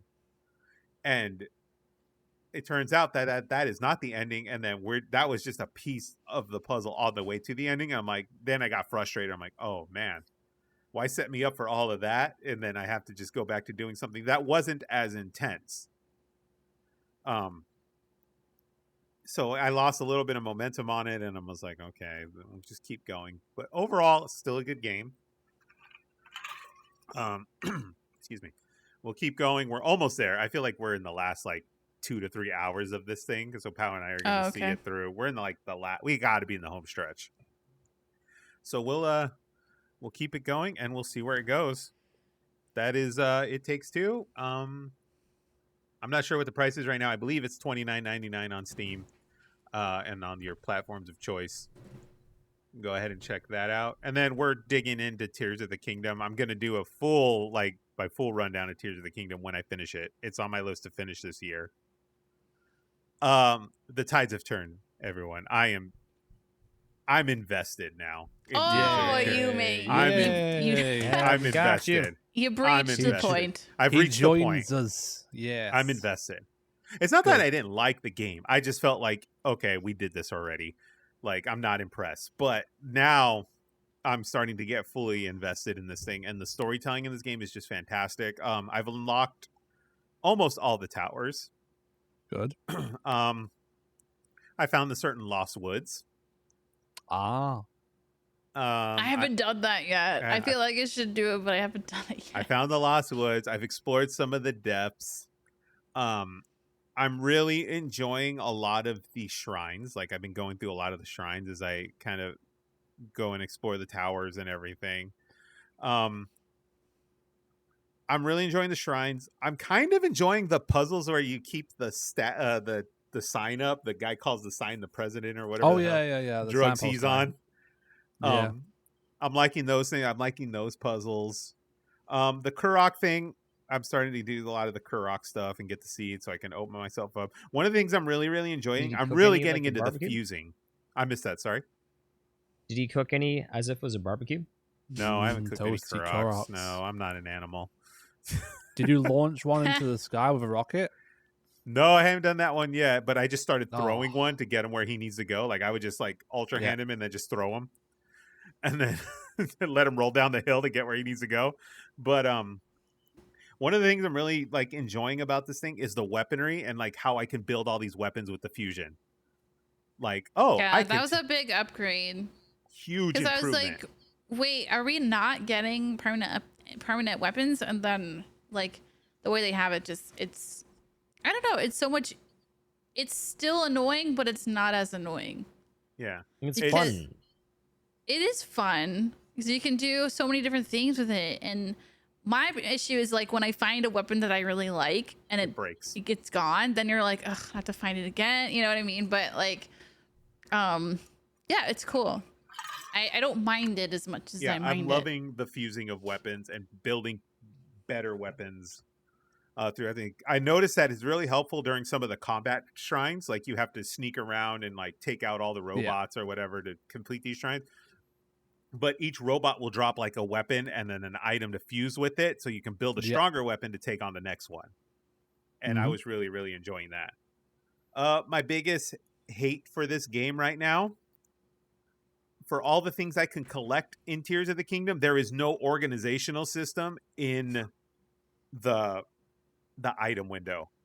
Oh, so whenever you try to fuse some, like if you try and like, let's say you're gonna throw like a, I don't know, a fire tutu or whatever it is. Right. I don't know. Then you have to like feed through like a million different items before you get to the there is fire no tutu. organization for this. Or I can't favorite things. Like, I cannot favorite You can do sort most through used. things. Yeah, you that's can what also that's use- what I was doing for a lot of my creations. Well, Most used things. yeah, for most of my fusions. And then I think for creations, I'm not gonna say anything, but there's like a way where you can like favorite your creations. Oh yeah. I do have the quality of life improvement when it comes to building, you know, the carts and everything. I did find that in the depths. Okay. Okay. Good. But yeah, like for example, I like to use certain horns and then modify them to, you know, spears or whatever and build this. I can't, like, there's no sorting system for which ones I like or which ones I want to use. I have to dig through all these different things, or like the modifiers for the arrows. The other thing that pisses me off that I cannot fuse to a bow and arrow. I cannot make a bow and arrow stronger, No. which you is can fuse an item to a bow to make it a different type of arrow. right. But you cannot fuse to a bow. Like, you cannot fuse items to a bow to make it stronger. Bows are Those the, ones are you the can't way fuse that they into. are. Yeah, Yeah. which is a huge, I think, a huge setback in terms of Unless they're saving it for DLC content. maybe, but I need it now. I needed this I like need it yesterday now. because I burned through bows like crazy. Yeah. So it would be nice if I had a way to make them better and stronger. But other than that, Tears of the Kingdom, great game. I'm going to see it through this year, and that is my run up until Starfield in 3-4 weeks. So we're all going to be there. I think at least all of us going to be on Starfield? Oh yeah. I mean, Zenith, I'm not sure I if don't you think are or not. Zen can at the Well, moment. When I can afford it, and I probably want to play through like Baldur's Gate. Okay. First. Oh, but Yeah. he's got a couple of hurdles because I don't know if his PC won't be able to play it. Good Mm. point. Yeah. I Actually. mean, I probably would just want to like wait, but then again, like Baldur's Gate 3, I'm actually able to run it in like high settings and like it's silky smooth. Yeah. Isn't there less there's less going on in that game though?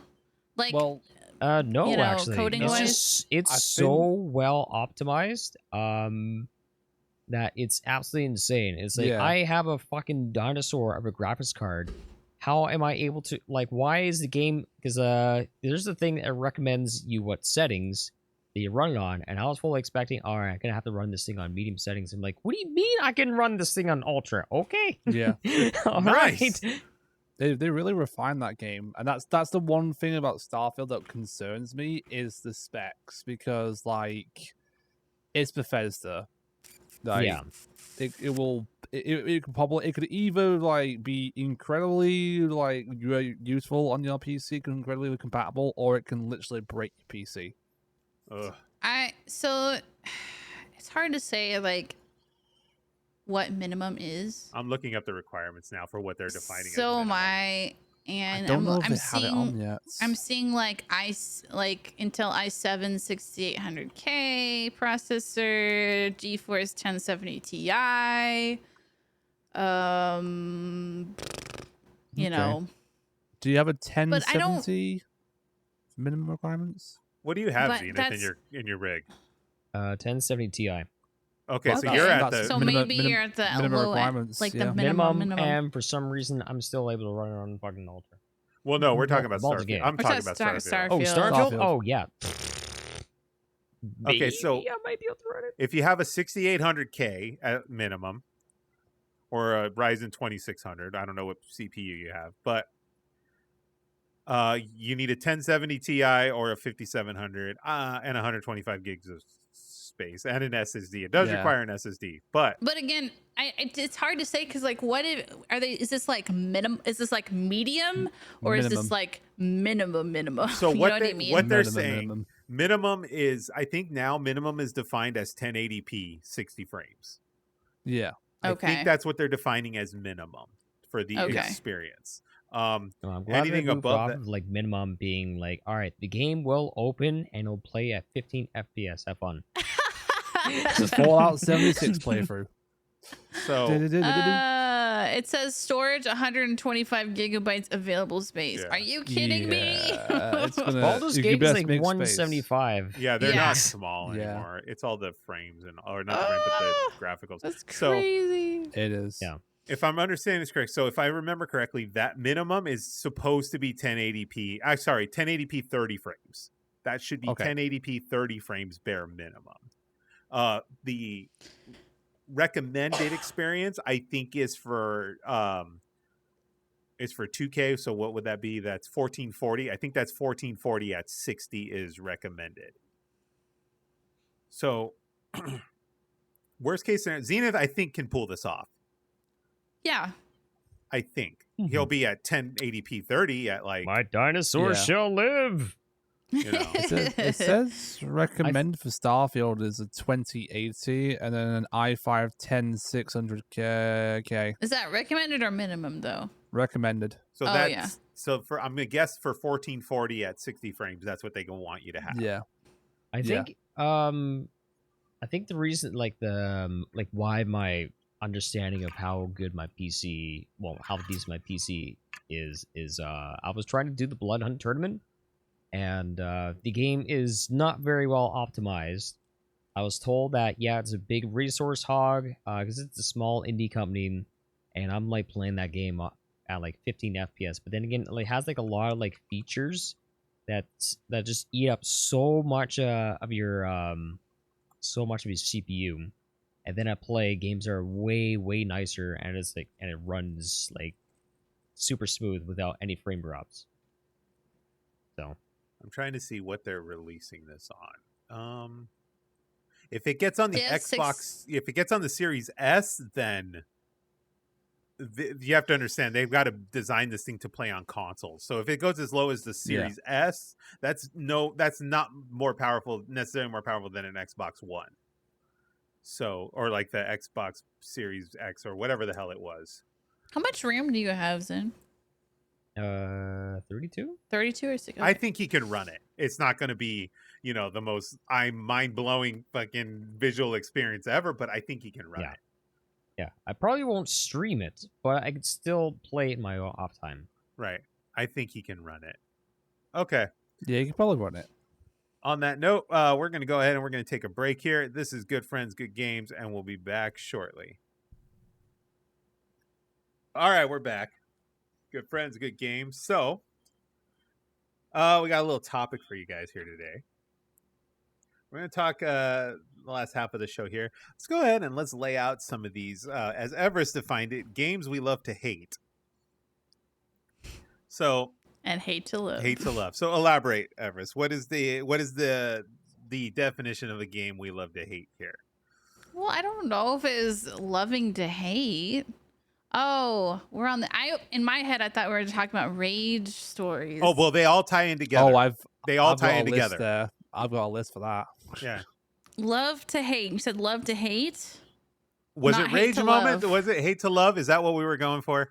Love to hate, hate to love, whichever way we're gonna go. I'm partially dyslexic here, so this may have been. I may have typed it backwards. Hate. Love to hate is where we're going here. Okay. Love to hate. Love to hate. Okay. I've had 2 experiences on stream where I legitimately stopped playing that game that time, that day, never picked it up again. First one is this pretty I don't know, I wouldn't say it's stereotypical, is Ori and the Blind Forest.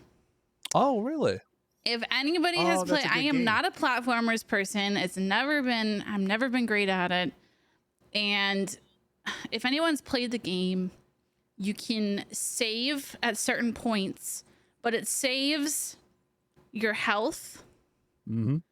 and it saves your The little orb thing, It right? saves your health, the orb and it things. I can't remember what they did. It's like, Yeah. is that how much like attack power you have or something? Yeah, If I remember it's right, something yes. like that. It's been a really long time since I played this. Same. But so you have to be strategic where you decide to save, because it saves those 2 things. And no matter what you do, until you hit another point where you can save again, that's all you got. So if you're trying to get over an obstacle or a challenging hiccup, and all you got is like one little orb of health and practically no attack power, then you're going to get very angry very fast. Okay. And that is what happened. I remember. Sorry. But it was it's fine. I'm sorry, but it's like it's frustrating because that game was so visually like, the music. I mean, the music was amazing Yep. and visually stimulating, and you could get absorbed in how pretty everything was. But it's like, again, fundamentally, I am not a platformer, and it was very challenging for me. And I flat out, I just I punched the streaming button on OBS and I left. It was like my that God. mad. So- I was like that mad. Yeah. Like, no, Everest, you can do it. Someone Nah, brought this question to me a long time ago when I was streaming regularly still. They asked me, are you the same like when you play games in private the way you are on stream? So like No. I could tell you, yeah, same here. I can tell you right now, like I'm completely boring when I play games Yeah. at home in privacy. Like I'm literally just a robot just cranking through I'm it. more quiet when I'm playing Ask on my own. Morgan. Ask Morgan when I'm off stream. More angry. I'm No. quieter. I'm quieter. But I'm thinking the same things I would be saying if I was streaming. So I guess what I'm getting at is, would you actually have smashed the button if you were just by yourself, or would you have just put the controller down and walked away? I haven't played like a game that's rage inducing off stream in, I don't even remember. I can't remember a time where I've done that, because I value that relaxation time so much. Is the last thing I want to do is play something that's going to piss me off. Right. So, specifically not going to play games like Dark Souls, which is the other game that I rage quit on stream. Dark Souls. Yeah. Dark Souls Oh, 1, Capra Dark Souls Demon. 1. Oh, Capra Demon. We fought the Capra. I know. I can't get past that threshold. Is it It's the a dogs? threshold for a lot of people. Is it the dogs? We were dogs working biting? on that fucking boss for 2.5 hours on stream. And it got to a point and I was like, nope, I'm not doing it. It's not worth it. Because No it's not dogs. like you can just keep fighting it over and over. You have to go through these enemies again. And then sometimes you're not as skilled and you can't get past them without dying. And then you have to go through these enemies again. And then you get to the boss and you're like, oh, I made it, 30% this time. You come back, you get to the boss again, Yeah. you make it 10% this time. You go again, you die to the first guy. You have to do it again. It's And interesting. then though. maybe you'll get 75%. It's interesting though, because you get to this level where like you develop this momentum. You get closer, you get closer, you get closer, and then you get frustrated at a point because you keep getting closer and you're frustrated. And then what happens is you start getting lazy, and then it drops you back down to the beginning again because it kicks your ass like right off the bat, and you're like, oh shit, that's a bad run. And then you go and you got to do it again, closer and closer and closer, and it's just this rinse, wash, repeat until you finally get to that point where you do beat it and you move forward, or you figure something out, and then you're kind of like, oh god damn, that was insane. But like, it'll happen. You'll get to this peak and you'll think you're on a good run. You do one bad screw up and it wrecks you, and then you go all the way back to the bottom, and your next several runs are just horrible out of frustration. It's so frustrating because I do enjoy a challenge. I really do. There's nothing like it. And you beat it and they're just like out, just like the emotions are flying. And I get really, really damn excited. But there's something about Dark Souls that's just not fun for me. It's beyond the point where, and it could be that I need to play Dark Souls 3. People have suggested I play Dark Souls 3 or maybe even Bloodborne instead of Dark Souls 1. And then maybe I'll have better luck. But there's just something about that game in particular. It's just like, I can't do like this. It's not worth it. It's not worth it. What's actually interesting, Everis, is I also rage quitted Dark Souls 1, and that probably would have been on my list if someone didn't recommend, oh, why don't you try Dark Souls 2, because it's like a better learning curve. So I did that, and then I started to get used to the game mechanics because it played a lot differently, and it didn't do things where like it, because like you could tell that like From Software learned like a couple from their mistakes, and so they started designing boss arenas that aren't as cramped as that, and just where it feels so unfair. So I mean, they still do pull out like a lot of like bullshit, like bullshit, as Dill would say, but like not in that regard where because like there's certain builds when you fight the Capra Demon, you almost stand no chance, and a lot of it is RNG because you have to run past those dogs, and then there's just no room. The dogs. Where, so I know everyone knows Dark... what I'm talking about. Yeah. So I started playing Dark Souls 2. I started getting better at the game, and then once I beat Dark Souls 2, I went back to play Dark Souls 1, and then I found that I absolutely destroyed the Capra Demon because I felt like I learned some things, and I just kept going, and then I played Dark Souls 3. So yeah, I have been told to play a newer title before going back to the older title, which is interesting. Here's some interesting food for thought. I actually got farther in Dark Souls 1 than I did in Dark Souls 3.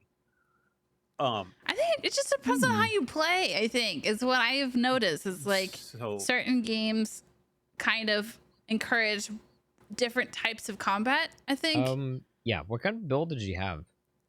Oh man, it's been so long because I was getting to here is that Dark Souls 3 is the one I raged on. Like I was on stream and I literally was like, "Fuck this game," and I'm like, "I'm leaving." Like, because I could not get past that first boss thing.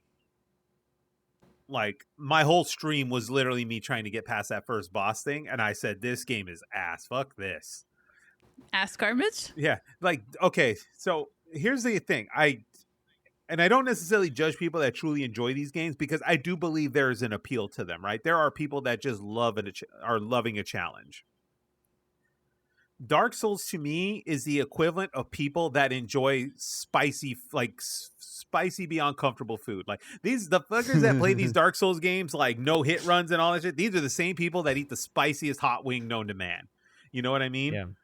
And Or the person that plays like Elden Ring with what is it, like bananas? yeah, and some Yeah. you know, the fucking What? Donkey Kong conga drum, you know, That's the thing. like it's the equivalent to those people that will eat the spiciest hot wing on the what is that thing called, this whatever scale, right?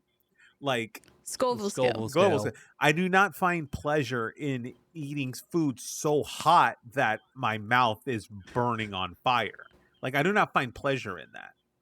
It's the same with games. I don't find pleasure in games where I'm just beat down constantly with no real indicators that I'm progressing. Because I do believe some of these Dark Souls runs are bullshit, and some of it's just sheer fucking luck. That's where. Oh, that's, yeah, I think that's absolutely. where. I think that's where it gets me. Same thing. It's like you have to. You have to feel like you're getting better at it, Yeah, and it could be 1% better. You'd be like, okay, I did 1% better this time. That's still better. yeah. But if it's like you make progress 2 steps back, you make progress 5 steps back, you make progress again, maybe 1 step back. That just blows my brains out You know, like to it's. smithereens. But that, yeah, Kaboom. I took the controller. I almost had to buy a monitor that day. I was like, "This is bullshit." I'm like, you know, I dropped that shit and I'm like, "I'm leaving. This is retarded." I'm like, "This is stupid." Should have know. thrown your mouse into the monitor, like people are throwing Wiimotes in the TVs. Oh God, it was so bad, and I don't think I've tried coming back to that game, and I don't know what it is. I just can't beat that first fucking guy. But Dark Souls 1, I got through Dark Souls 1, like not all of it, but I made it to like the second world or whatever without that much of an issue. So I don't know what it is about 3 that does it to me. Maybe you were used to like janky ass like The buggy ones. hitboxes and stuff. Maybe that's just the sheer luck in it. I'm the first to admit I lack any complete skill in video games, right? Yeah. A lot of my Just- fucking successes are on sheer luck. Basically, there was Same. wise advice that was actually a current sound effect that's been on my stream, and it's called "When in doubt, coward out." Hmm. So just hide behind a shield and hope for the best. The Elden Ring approach. So, okay, so we got like, you know, there's some Dark Souls consensus here between Everis and myself, but Dill obviously loves these these Dark Souls games. Like he loves this shit, right?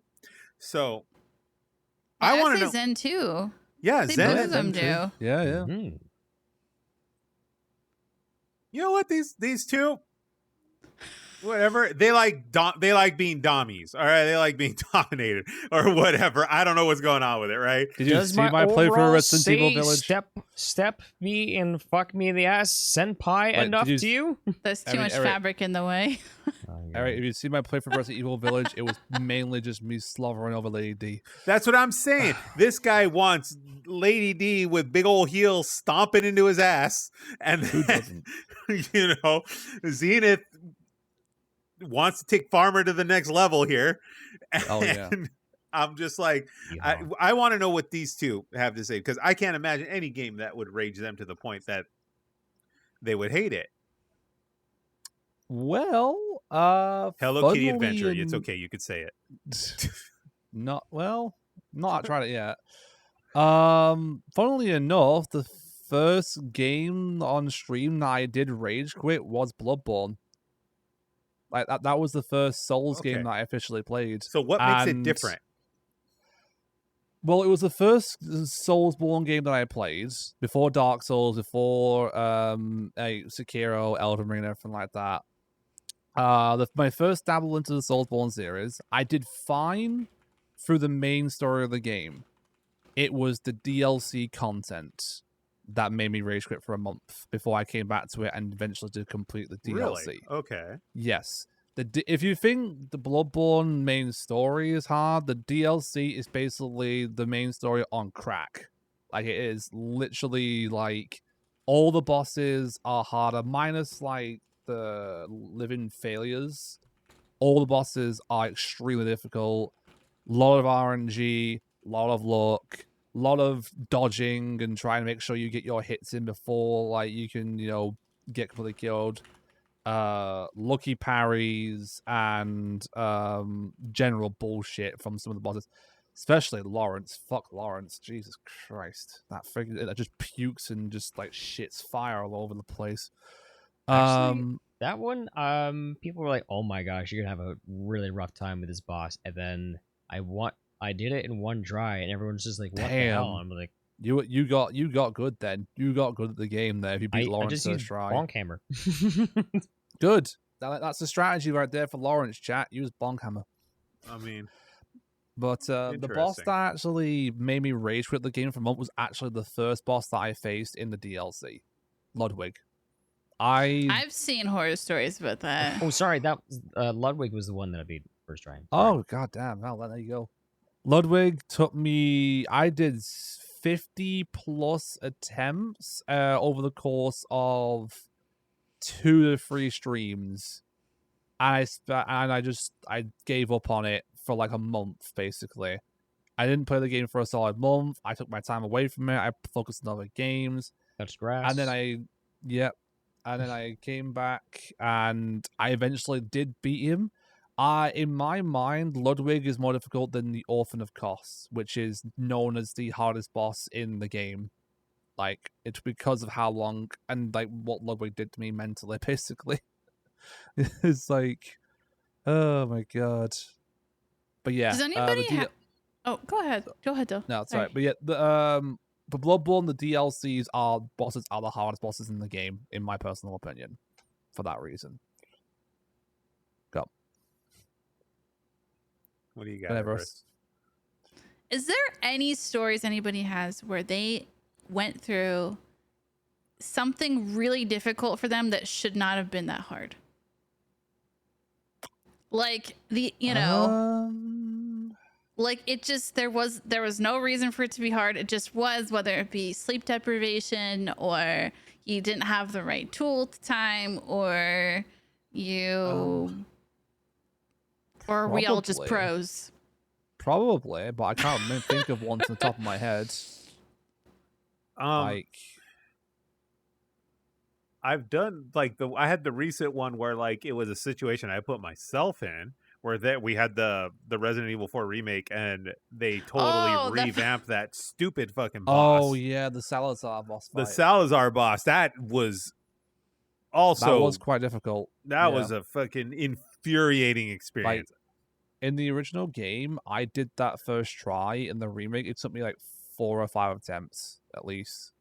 And if you do this the old school way with the rocket launcher, if you have the rocket launcher when you go into that fight, the game is the battle's significantly easier. Or the golden eggs, like the 2 golden eggs. Yeah, but the rocket launcher is like the Resident Evil, like, get out of jail free card, where it almost one shots every boss. You just have to do it at the right time. And if you have the rocket launcher, it's a cakewalk. I did not have a rocket launcher, and I had to go with this, wits up and balls out, and just start running around blasting, and then just timing and running and timing and running. And that took me hours. Like, it was the same experience, like, Everis is talking about. It's like hours of this, and you're like, why do I keep torturing myself with this shit? Because the game is so good that you got to keep going. And it's so, like I said, I don't necessarily think it's something like it should have been easy, but it's because I made a fatal error and didn't go in with the right item. I just set myself up for this horrible experience that I'll never forget in terms of gaming. That was just infuriating. Yeah. And I'm glad it's over. It's like, Yay. I honestly can't think of a single instance where I struggled where other people were like, "What the hell, Zenith? This is so easy."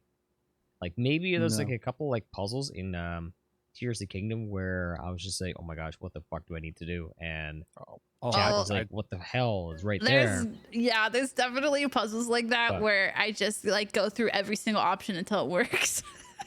literally, that's Not really basically the thinking about it majority. That's just logically. the majority of the shrines in Tears of the Kingdom. Like, that's all it is. I do have beef with stuff. I do have beef with stuff in games where the puzzles they're not necessarily difficult, but the game gives me no indicator of what I'm supposed to do.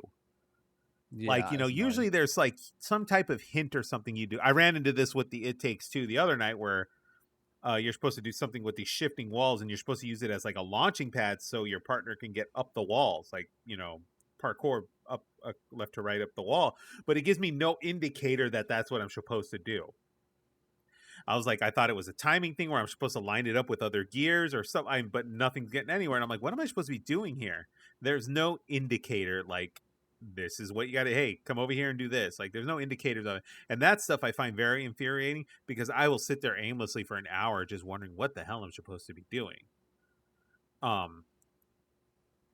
Yeah. It's and Has anybody? No, go ahead. no, I don't wanna... I thought I had it, but go for it. No, it's I thought I fine. had it. I don't have it anymore. I might not have. I might have lost my thought. I don't know. I hear you had a Zelda experience in the chat here that's not very Well, pleasant. I didn't know if it was considered to be a rage quitting moment. Did it because piss you off? It took forever and it pissed me off. Okay, that sounds ragey. It was, but I didn't rage quit because I technically beat him. I just didn't pick up the game afterwards. That's I was technically like, a great, rage we quit. beat it, but it was a boss. So we technically got to like a point, you know? You got to a point. Well, tell us And then what I was it like, is. you know what? I'm done. Tell us what it is. Moldorm. Link to Link the to past. the Past, Moldorm. That's the fly, right? Link Where to the you're on Past. the. No, it's a cat. He's like a caterpillar, more like. Yeah. Oh, in the that's the tower. early one. Yeah. That's an early one where he like knocks you off the thing and you're supposed to hit the tail. Yeah. That Because it was so. that one. Because Okay. he was so. Because he was so. I guess this can be described as a, hey, Everis, you should have been able to do this really easily, but you didn't because you're a moron. Ooh. But like it was, I think it was an issue of, hey, Everest, you forgot to wind up your sword and do the spin attack until later. And then when I started doing the spin attack, everything started to make sense, and then we got it. But it took the final countdown. I literally played it on. I literally played it on stream as we were fighting the boss to get me to kill this boss, and we did. But it took probably an embarrassing amount of time to get to that point. Were you were doing this on the Switch, right? I'm guessing. No, this was Emude. Okay, you were on a Nintendo. Ooh. Were you using save states? No. Okay, good. So this is why it would piss you off because you're doing it the old school way. Because when you die, you're fucked. You're going through that whole temple again. Yes. Yes. Okay. Now, see, that's rage-inducing because that's how it was back then. Like there was no save state or save point before like they do now. I think there There is no save like points in Zelda. I remember being loaded up somewhere though. Maybe I did save state it, but I don't. Okay, because if you don't do No. save states, if you play I it had like to do a bit before. if you're doing it old school, like Super Nintendo style, whether you're doing it on Nintendo or not, but if you're playing by the old school rules, if you die in a temple, it takes you to the very beginning of the temple. And you have to navigate. You don't have to like fight every boss again in the temple, but you have to navigate your way back to that final boss. So you're going for a walk and you're fighting some enemies along the way. Whereas like now you can save state it right before you enter the door with the final key. And I then might have save stated it, but I can't. It's been so long, I can't remember. yeah, but back in the day, it sucked if you died in a temple because you were going right back to the beginning and you were taking a walk. Enough to where you're like, fuck, this is insane. And then you just leave. I remember that feeling. Yeah. So That's so stupid. that's interesting though, because it's like this thought process you have. You have this tool at your disposal, and you think not to use it. You're like, oh, wait a minute. Like, why am I not using this? And then, Well, he progressively gets faster. So the more hits you get on him, yeah, his body moves randomly. There's no way you can time it because it's completely random every time. That and then he goes faster and faster and faster and more, it just, I don't know. that I'm one's gonna drown it. I will drown in shame on this one, but yes, it took me forever to kill that damn boss. When now, if I picked it up, it would probably be like a piece of cake. That's Back funny then, though, because if you decide to ever play that game again and keep going, you're going to be in for a hard time if that one did you in. No, that game because would get I so think harder. I'm gonna call it a benefit of a doubt and say that we had been going at that boss for so long that it was stupid the way that things happened. You go for something for so long that stupid things happen. You're going to learn the right? lesson. Or how people have the argument between what is and is hard and which boss is the hardest for them, hardest for everybody else. Well, people have different skill sets in different ways they approach things and how they play games. Like everyone has a different skill set. I think everyone's gonna argue about which boss in Dark Souls is the hardest. Because they're all different. Oh, there's a whole tier list about that. Jesus. Because I think everyone has their own, why it was hard, or maybe they needed to create a different build, or I don't know. Just there's no universal. This is the hardest thing. All right, what is Zenith? Zenith, did you give us a rage game? I'm sorry, did I miss it? If you did, I did not. Okay. So I technically have two because I'm having a tough time deciding between the two. One of them being Kingdom Hearts.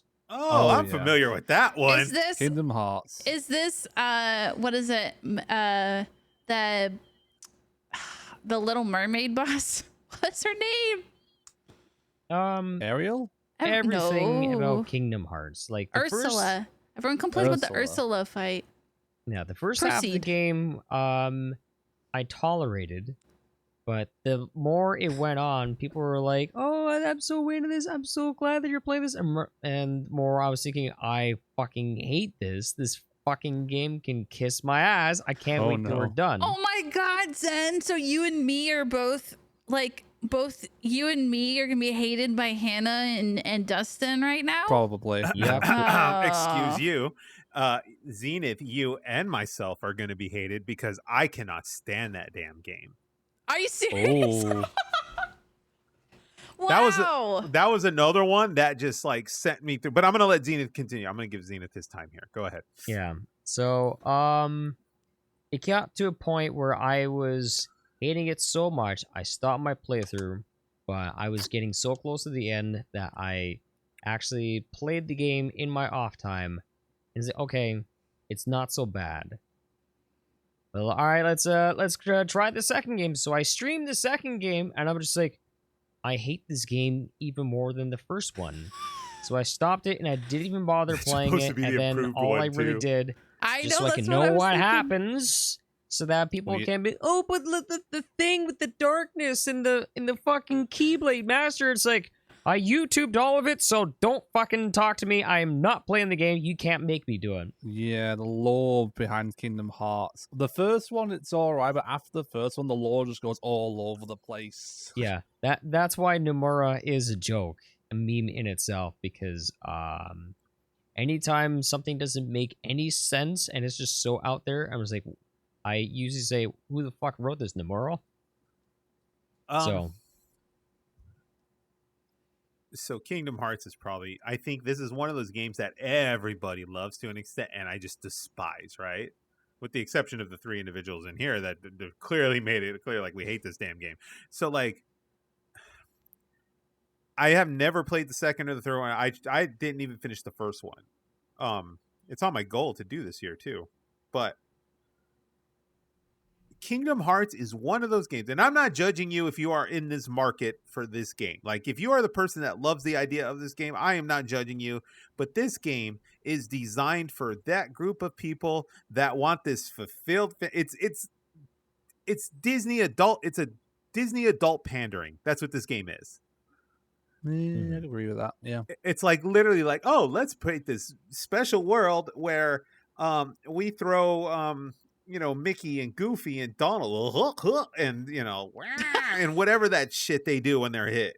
Like, let's throw them in battle with you, and you got to go save Mickey's ass, And then, oh, we're gonna go stick you in the Little Mermaid world where you got to go fight the Cholita, Ursula, and Yeah, you're but gonna then live out friendship all. is my power, and darkness, darkness, darkness, and depression. Goofy is dead now. Oh wait, never mind. He's alive. Everyone that you killed, that's died in the universe, is now back to life because anime won't allow it. Yay. It's so bad. It is so bad. The storytelling in this is so bad. It's like, oh, you've got all the okay. Who are the what are they called? Love you, Hannah.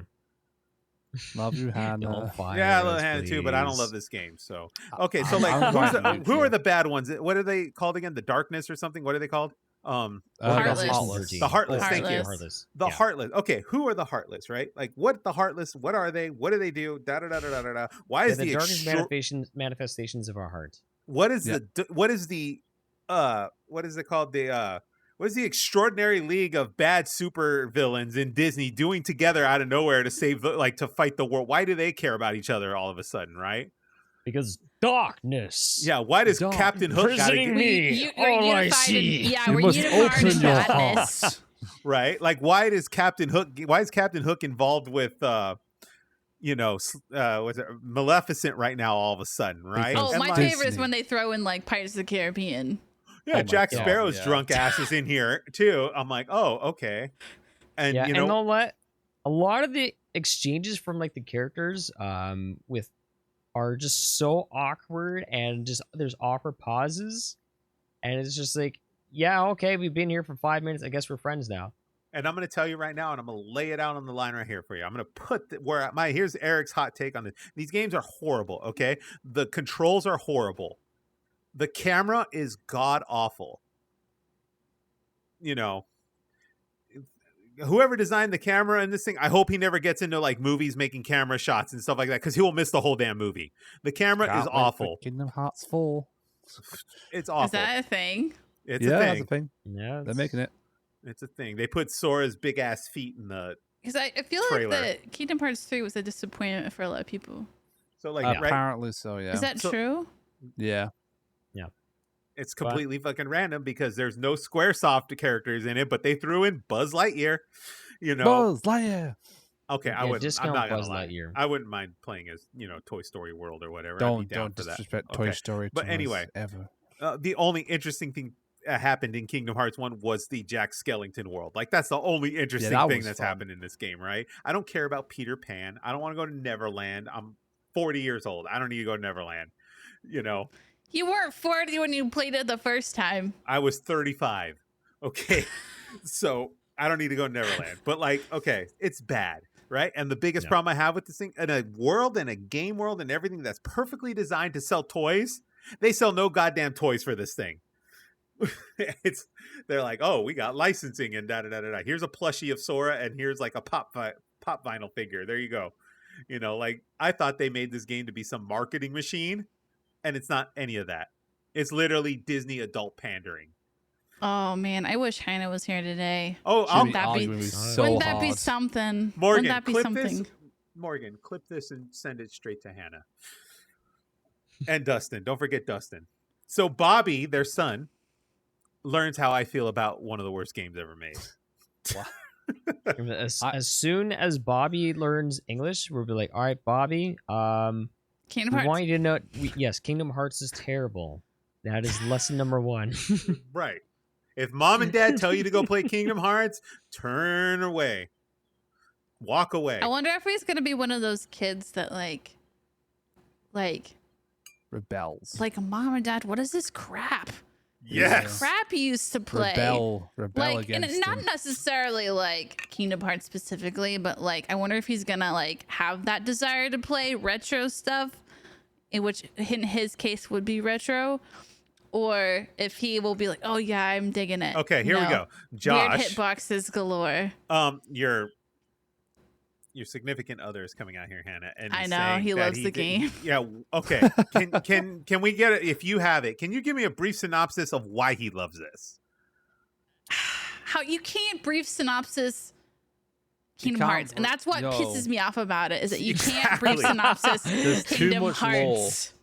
You There's too much can't. lore There's behind too it. much going on because Yeah. you're like, okay, then this happens, and this happens because this happens, and then this happens, but this will happen, but not until this has happened. Blah blah blah blah blah blah blah.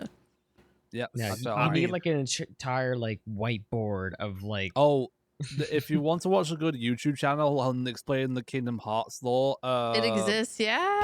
Polygon Unraveled series. Watch And that. I guarantee you, I've never watched that video, but I guarantee you 3/4 of it is made up. Oh yeah. I just watched just the pancakes Kingdom Hearts in a nutshell. Again. This is so funny. Again, I am not judging you if you love these games. These are games you love. I'm not going to take that away from you. You go, you enjoy them, you play them. To me, it's just horrible. And, that's okay too. I'm not judging you here. I'm You just see waiting s- for Josh to have the whole paragraph of the lore just like fill the entire know. chat. Josh He has a kind of binder. would, depending Josh on has if he cared enough, he would. Yeah, it's literally, to me, it's like, I don't know. Does Josh have like a giant binder of like why he loves Kingdom Probably. Hearts? Probably. No. Oh, okay. It's literally Yeah. it's literally like, I don't know what you see in that girl. Like, that's how I feel about Kingdom Hearts. Like, it's just not like, it's not good to me. I will say I have played all 3 of the main Kingdom Heart games, and they are okay. That's my opinion of them. Like, I didn't find them too challenging or too easy. They were just okay. The Wait, third one was so the easiest. is I it can see okay enough why to- people like it. Is it okay enough that you play the next game, or is it like okay that give it whatever? Like, Well, are you invested enough to play the next game? I was invested enough to play the first 3. I wasn't invested enough to play all the side games in between because that was like complete bullshit. So I just played the first main 3 games, and then anything that I missed, I watched like a synopsis of like what they were about, basically. Chain of Memories, fuck Chain of Memories. Chain of Memories is like the worst game they've made in that series. And that's another thing that bothers me too, is like they put these like, I understand the concept of mainline games and the concept of like side story games. You know what I mean? Like mainline and like alternate universe games or whatever they call them, right? I understand the concepts of those. But it really bothers me is when to get the whole story of this whole entire thing, I have to have 4 different systems to accomplish it. I need a PlayStation. I need a PlayStation 2. I need a Nintendo DS. I need a Game Boy Advance just to get through all of this. And it's one of those, They have like a collection called they Kingdom fixed Hearts all the that. story so far. They have fixed all that. But if you were invested in this thing during the whole time frame when this was going down, like you needed during the wait of Kingdom Hearts 3. Yeah.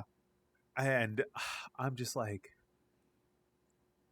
here's a question. What games have you loved so much that you spent an unreasonable amount of time in them, giving yourself basically pointless challenges as an excuse to keep playing? Anyone got anything? What was the question? I'm gonna speak for Zen and say Legend of Zelda. That would be a fair assessment, I think. What gives you both so much that you put spend on stuff is the Yeah. That's basically what a randomizer is, right? You're Um, taking the game and then you're making it different enough, but still playing the same game. Yeah. It's giving you like more reasons to keep playing the game, and it's because like it's a totally different experience every single time. Yeah. I don't think I have one that I did. Oh, no, I take this back. I So have one of one. my I know favorite one. games, ever is it's a Game Boy game, and it is Teenage Mutant Ninja Turtles: Fall of the Foot Clan. It's like a little Huh. side-scrolling beat 'em up one that was on the Game Boy, and I love this game with the passion. I don't know if it's a nostalgia trip for me because I was a kid and like that's all I played on the Game Boy when I was a little kid. But there is something about this game that is just beat 'em up, side-scrolling, timing, smack, just keep progressing, and then you keep whooping the shredder's ass. I don't know why I don't find any extra things to do in it. It's a Game Boy game. There's not much extra to do in it, but I just keep playing it and playing it and playing it and playing it, and it's like a time sink for me. when I need something to do. If I'm so bored with a video game, I'll just flip that on and then I'll just go play. I don't know why, but I Dill, love that game. do you have a Well, I think the answer is obvious when you think about what the one game series that I love the most that I've been playing since I was a kid. There you go. You're the Yep. Pokemon master. I Gotta could literally collect 'em play that all. Emerald. over and over again and not get bored for some of the Pokemon games. And I've started venturing into like hardcore Nuzlocks and the fan made games as well. Like Emerald Kaiser was one that I recently did that took me quite a while to beat. And I'm currently trying to work. Well, I've taken a break from it, but I was working through Storm Silver, which was like a modded version of Soul Silver, one of my favorite Pokemon games of all time, which is just ramps up the difficulty basically. So, what is yeah. what is completing a Pokemon game for you? Yeah. Like, is it filling your Pokédex, or do you go a step further and you're like, I gotta get all the shinies? It's whatever the hell you feel like doing, basically. Like for me, that's it's for just you, though. like What beating the main story of the game, and then any post stuff that I feel like doing, I do it. Like that's about it. You know, I don't really go for completion unless it's my first playthrough for like Pokedex wise. After that, I'm like, just do whatever the hell I want. Fair enough. I think that's... Yeah. There will never be a Pokemon game big enough for Dill.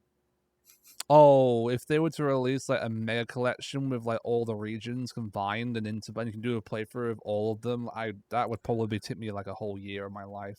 If you think about it, look at it this way. If you think about it, if Pokemon was in the hands of a video game company that like knew how to handle the internet, you would have had a Pokemon MMO already. Oh yeah, I feel like a Pokemon MMO would go hard if they were to actually do it. It would be amazing, but unfortunately, I don't know. The quality of interested. Pokemon games is kind of taking a bit of a dip here. I'm so sorry, but like, Yeah, it's a cash cow. It's become a cash cow. Like just it is. crank them, and let's get paid. And that's what makes me sad because like I had higher hopes for like Scarlet and Violet, but like at the end, I kind of walked away feeling disappointed. Like they showed like they had what is it like the Pokemon Direct, and recently. I watched it, and I was unbothered. Yep. I kind of kept hitting the forward key on my keyboard, just trying to skip through parts. Like I don't care. It was just an advertisement for everything that's already been announced. There was no surprises at all. It was just meh. Oh, the only thing that was excitable was that there was some new Pokemon reveals and the DLC trailers, and that's it. So that I'm guessing that's got to be pretty hard as a Pokemon fan because like you're waiting for something, you're hoping for something, and and then it's kind of like, all right, Game Freak is coming up with this stereotypical this stereotype that bare minimum we will get something out for you next year. Just curb your expectations on the quality of the kind of experience you want to have, because this is why I've been exploring fan-made games rather than the main games, because the fans do a better job at this point than the actual developers themselves. Right. Like, and this is interesting too, because I genuinely don't believe that the company that makes Pokemon, or whoever it is, Game Freak, Nintendo, whatever the partnership is, I genuinely don't believe that they don't want to necessarily make bad games, right? But they've got to follow this line of like, hey, we put this much money into this game, we need to crank it out, we need to get that money back now ASAP. See, the fans themselves, the fans that make these fan versions, all that stuff that are genuinely amazing and beautiful games, etc., they don't have the vested interest that the business aspect of it is. See, so like these fans, right? They don't have to worry about shareholders or stock prices or, business costs or anything associated with any of that. It's all purely passion project for them. Whereas like Nintendo and Game Freak, they don't have that. They have all these financial, hurdles they have to reach and jump over to remain profitable. That's why the fan-made stuff is so good, because they can spend however long they want on it, put as much effort as stuff as they wanted to, and they just care about making a good product. Whereas, the company the other way is like they want to make a good product, but they've only got a fixed amount of time and money to do it. And that's the biggest underlying problem here. The biggest problem is that these games have gotten so big in terms of how much it costs to make them that they can't afford to sit on them for so long.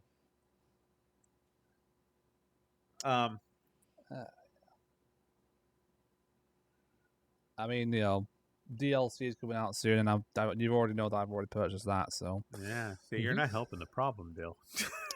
I know, I mean- but a lot of my content is surrounding Pokemon, and so I'm gonna. It's look hard, into right? It and yeah, It's Yeah. hard. Well, now you guys know like how I felt, before we got to realize like how in depth like what they changed for Tears of the Kingdom, because you guys know for quite a few months there, everyone was like, yeah, the new Zelda. And I'm just like, yeah. It's gonna Oh, see. I don't I know. have the fears that Zenith has now about Zelda. Like this is all we're gonna get when it comes to Zelda. Yeah. oh yeah, 'cause, oh yeah. I mean, as thrilled as I was with Tears of the Kingdom, it still made me feel worried about the future of Zelda, because if it's this, then I feel that it's like going further and further away from the franchise that has been such a huge part of my life and is drifting away from like the happy, fond memories I had growing up with this game. It's scary. It's like there's like literally this like we've reached this realm of no turning back because this game is such a huge hit. It's such a huge hit. There's no turning back. But those are games we actually like. So Yay. Yeah. Meanwhile, if you're a Final Fantasy fan, if you're into turn-based battles, well, where have you been the last, like, what, 10, 15 years? yeah, that's another thing. Like people would be pissed off. Like, what is Final Fantasy right now? But Exactly, Prom. Exactly. let's A see lot here. of turn-based games are gone. Oh yeah. I mean, That's you why have to They look Baldur are. to, like I a- feel like they're gone in a larger like scale, but they still Yeah. exist in smaller projects. well, I guess, like, recently, like, obviously there's Pokemon that still does turn-based. There's Yeah. Octopath Traveler just came out. Which is Octopath supposedly Traveler really good. 2. Persona supposed- 5, Yeah. huge, but that's also caters more to, like, the JRPG fans as opposed to, actual... I mean, like, it's like Persona 5 is just, like, great. Like, it's a fantastic RPG, whether or not you're a JRPG fan or not. But it also still feels like it's an entirely different niche. It's Also, tough. My ears ring so much, guys. I'm so sorry. It's not supposed to be doing that. Are you okay? Yeah, I'm fine. Just I got this really nasty like just ringing in my ears like about 10 minutes ago, and like you feel really loud in my one ear, and in the other one is just kind of just muffled. That's not good, sir. Don't worry, I'm on my way to the hospital. Make sure, just from my own personal experience, make sure when they're telling you what's wrong, you put the good ear in the path of their mouth, because I have a feeling. I will show up wearing overalls. I Um, yeet my last haw. that's all from the yeehaws in your ear. But that's it for today's episode. I feel like we could go longer on this whole thing, and maybe we yeah. will. Maybe Yeah. maybe we'll keep this up with this roundtable discussion. I didn't even here. get to like mention like probably the one game that caused me to rage the most is Sekiro, because I actually rage quitted that because like nope, I'm done trading this game in tomorrow. Oh yeah, I heard Oh, that's one of the hardest, like so fucking one of the hardest, if not the It's- hardest. Again, Sekiro is hard if you don't figure out how it works. Yeah, and even then, it just Yeah, even heard when I that. did, it just didn't feel satisfying. Because like in Dark Souls, it's like wow, I can go up like 3 levels or beat this boss. In Sekiro, it's like in Zelda, it's like wow, that's a fucking quarter of a heart. Can't wait to Yeah. beat another one and not be satisfied. Thanks. It's literally the spicy hot wing, dude. It's the spicy ass hot wing. where Covered in it's my like- own Yeah. fecal matter. That's what Yeah, it was. seriously. I haven't even mentioned the one game that I've not even gone back to since I rage quit it. Why didn't you talk about this like 20 minutes We got ago? distracted It's With okay. what? Welcome to With EDSC conversation. podcast, guys. with conversation. Shoot. What did we distract? You literally had the floor. You I had fe- the floor. I mean, Bloodborne was like one of the top one in my mind before this one. Okay, shoot. That's the first. You've got a couple minutes. Go. So it's a game that I did like, but the second to last boss stopped me in my tracks, and I didn't go back to it. And that was Cuphead. Oh, Cuphead's so fucking Oh, good. wow. Yeah, I know what you mean, yeah, because there's a boss near the end that I almost rage quit the game, but I kept at it and I beat it. yeah. And then I kept at it for like multiple streams. I could have Put sworn like I flipped everyone the bird when I was Yeah. on that game. It's like, fuck you, Yeah. there's your content. Oh, dude, I love that game. That game's it's badass. I've not gone back to it since that moment, and I don't know when if I ever will go back to it. Did you stream that? Streamed it. Yeah. That's a good one. Cuphead's a good one. It is a good one, but like as I said, that one boss put me off the game completely for good. Was it the Medusa? Nope, it was King Dice. Oh. Yeah. No, Second I to didn't last mind boss. as much. The Medusa almost The got me Medusa was a punching a difficult hole- one hole as in my well, wall. but I got past it, and then like I got to the second to last boss, and that was really it. That's where I stopped. Yeah, the Ghost Train also was pretty tough. The Ghost Train one's hard. Yeah, Actually, I didn't have a problem with Ghost Rain. I did. It took me like a full like day of streaming just to actually get past it. More difficult games for Hmm everyone to go play. Go play Cuphead, everyone. That's actually one of the good ones. It is a good one. I just like I don't know if I'll ever return to it. Okay, so on that note, we're gonna go ahead and we're gonna wind down here. We'll probably continue this. Is everyone here in here good with continuing this discussion on the next episode? Oh yeah, I've What got about more. games we love to hate? Or, I'm sorry, hate to love. We can bring that Well, into I the next mean- one. We'll well- rage it up and We'll You know, throw the opposite Okay. opposite spectrum. okay, we're gonna do it. So remind me, put me a reminder in the chat thing in the Discord, and then I will put it in the sheet. Next scheduled episode would be the 9th, which is very, very interesting because Starfield 9th? is the 6th. Yeah, September 9th. What about 26? Wait, am I reading the calendar wrong? Oh shit, my bad. It's only the 12th. Yeah, 26. Yeah. I That's may not be on the We- 26th. yeah, we because talked I think I about got that. some moving stuff. Yeah, we talked about that. We're gonna go ahead and we're gonna lay all that stuff. Sorry about that. Next episode would be the 26th. I know why I said the 9th because you asked me about the 9th, Dill. That's why I said Yeah, sorry about that. No, yeah. that's okay. I'll You asked do- me about the 9th. That's why I said the 9th. Okay. 26th is the next episode. We'll be back on the 26th. We'll have some more discussion here about games we love, games we hate, and then we'll talk about what we're playing some more, getting ready for Starfield. And then when we come back after that, it will be all Starfield talk. That'll be the big one. So, as always, you can go ahead and you can find us ! Social media. That will have the that'll have the links to the YouTube, the podcast channels, etc., etc. You can find that here. Episode 23 is up on YouTube now. 24 is going to go up shortly, and then we're going to get some clip work up for you pretty soon. I've got some time off, so I can work on clips. We're going to get some of that stuff back up for you, get those accounts running and really pushing. On that note, too, also, we are bursting pretty much in the affiliate zone now. We're just going to schedule some streams here. I'm going to have a couple streams scheduled on the Good People channel here. We're going to do a little segment called Old Dudes, New Games. And basically, it's going to be me playing games that I've never ever played before, that everyone's played but me. Damn. I'm thinking we're going to do a little bit of Halo. I've never touched Halo. Ooh, okay. Never played Fun. Never played Halo. Yeah. Halo's pretty good. Yeah, so we're gonna try something like that. That's the concept. Old dude, new games.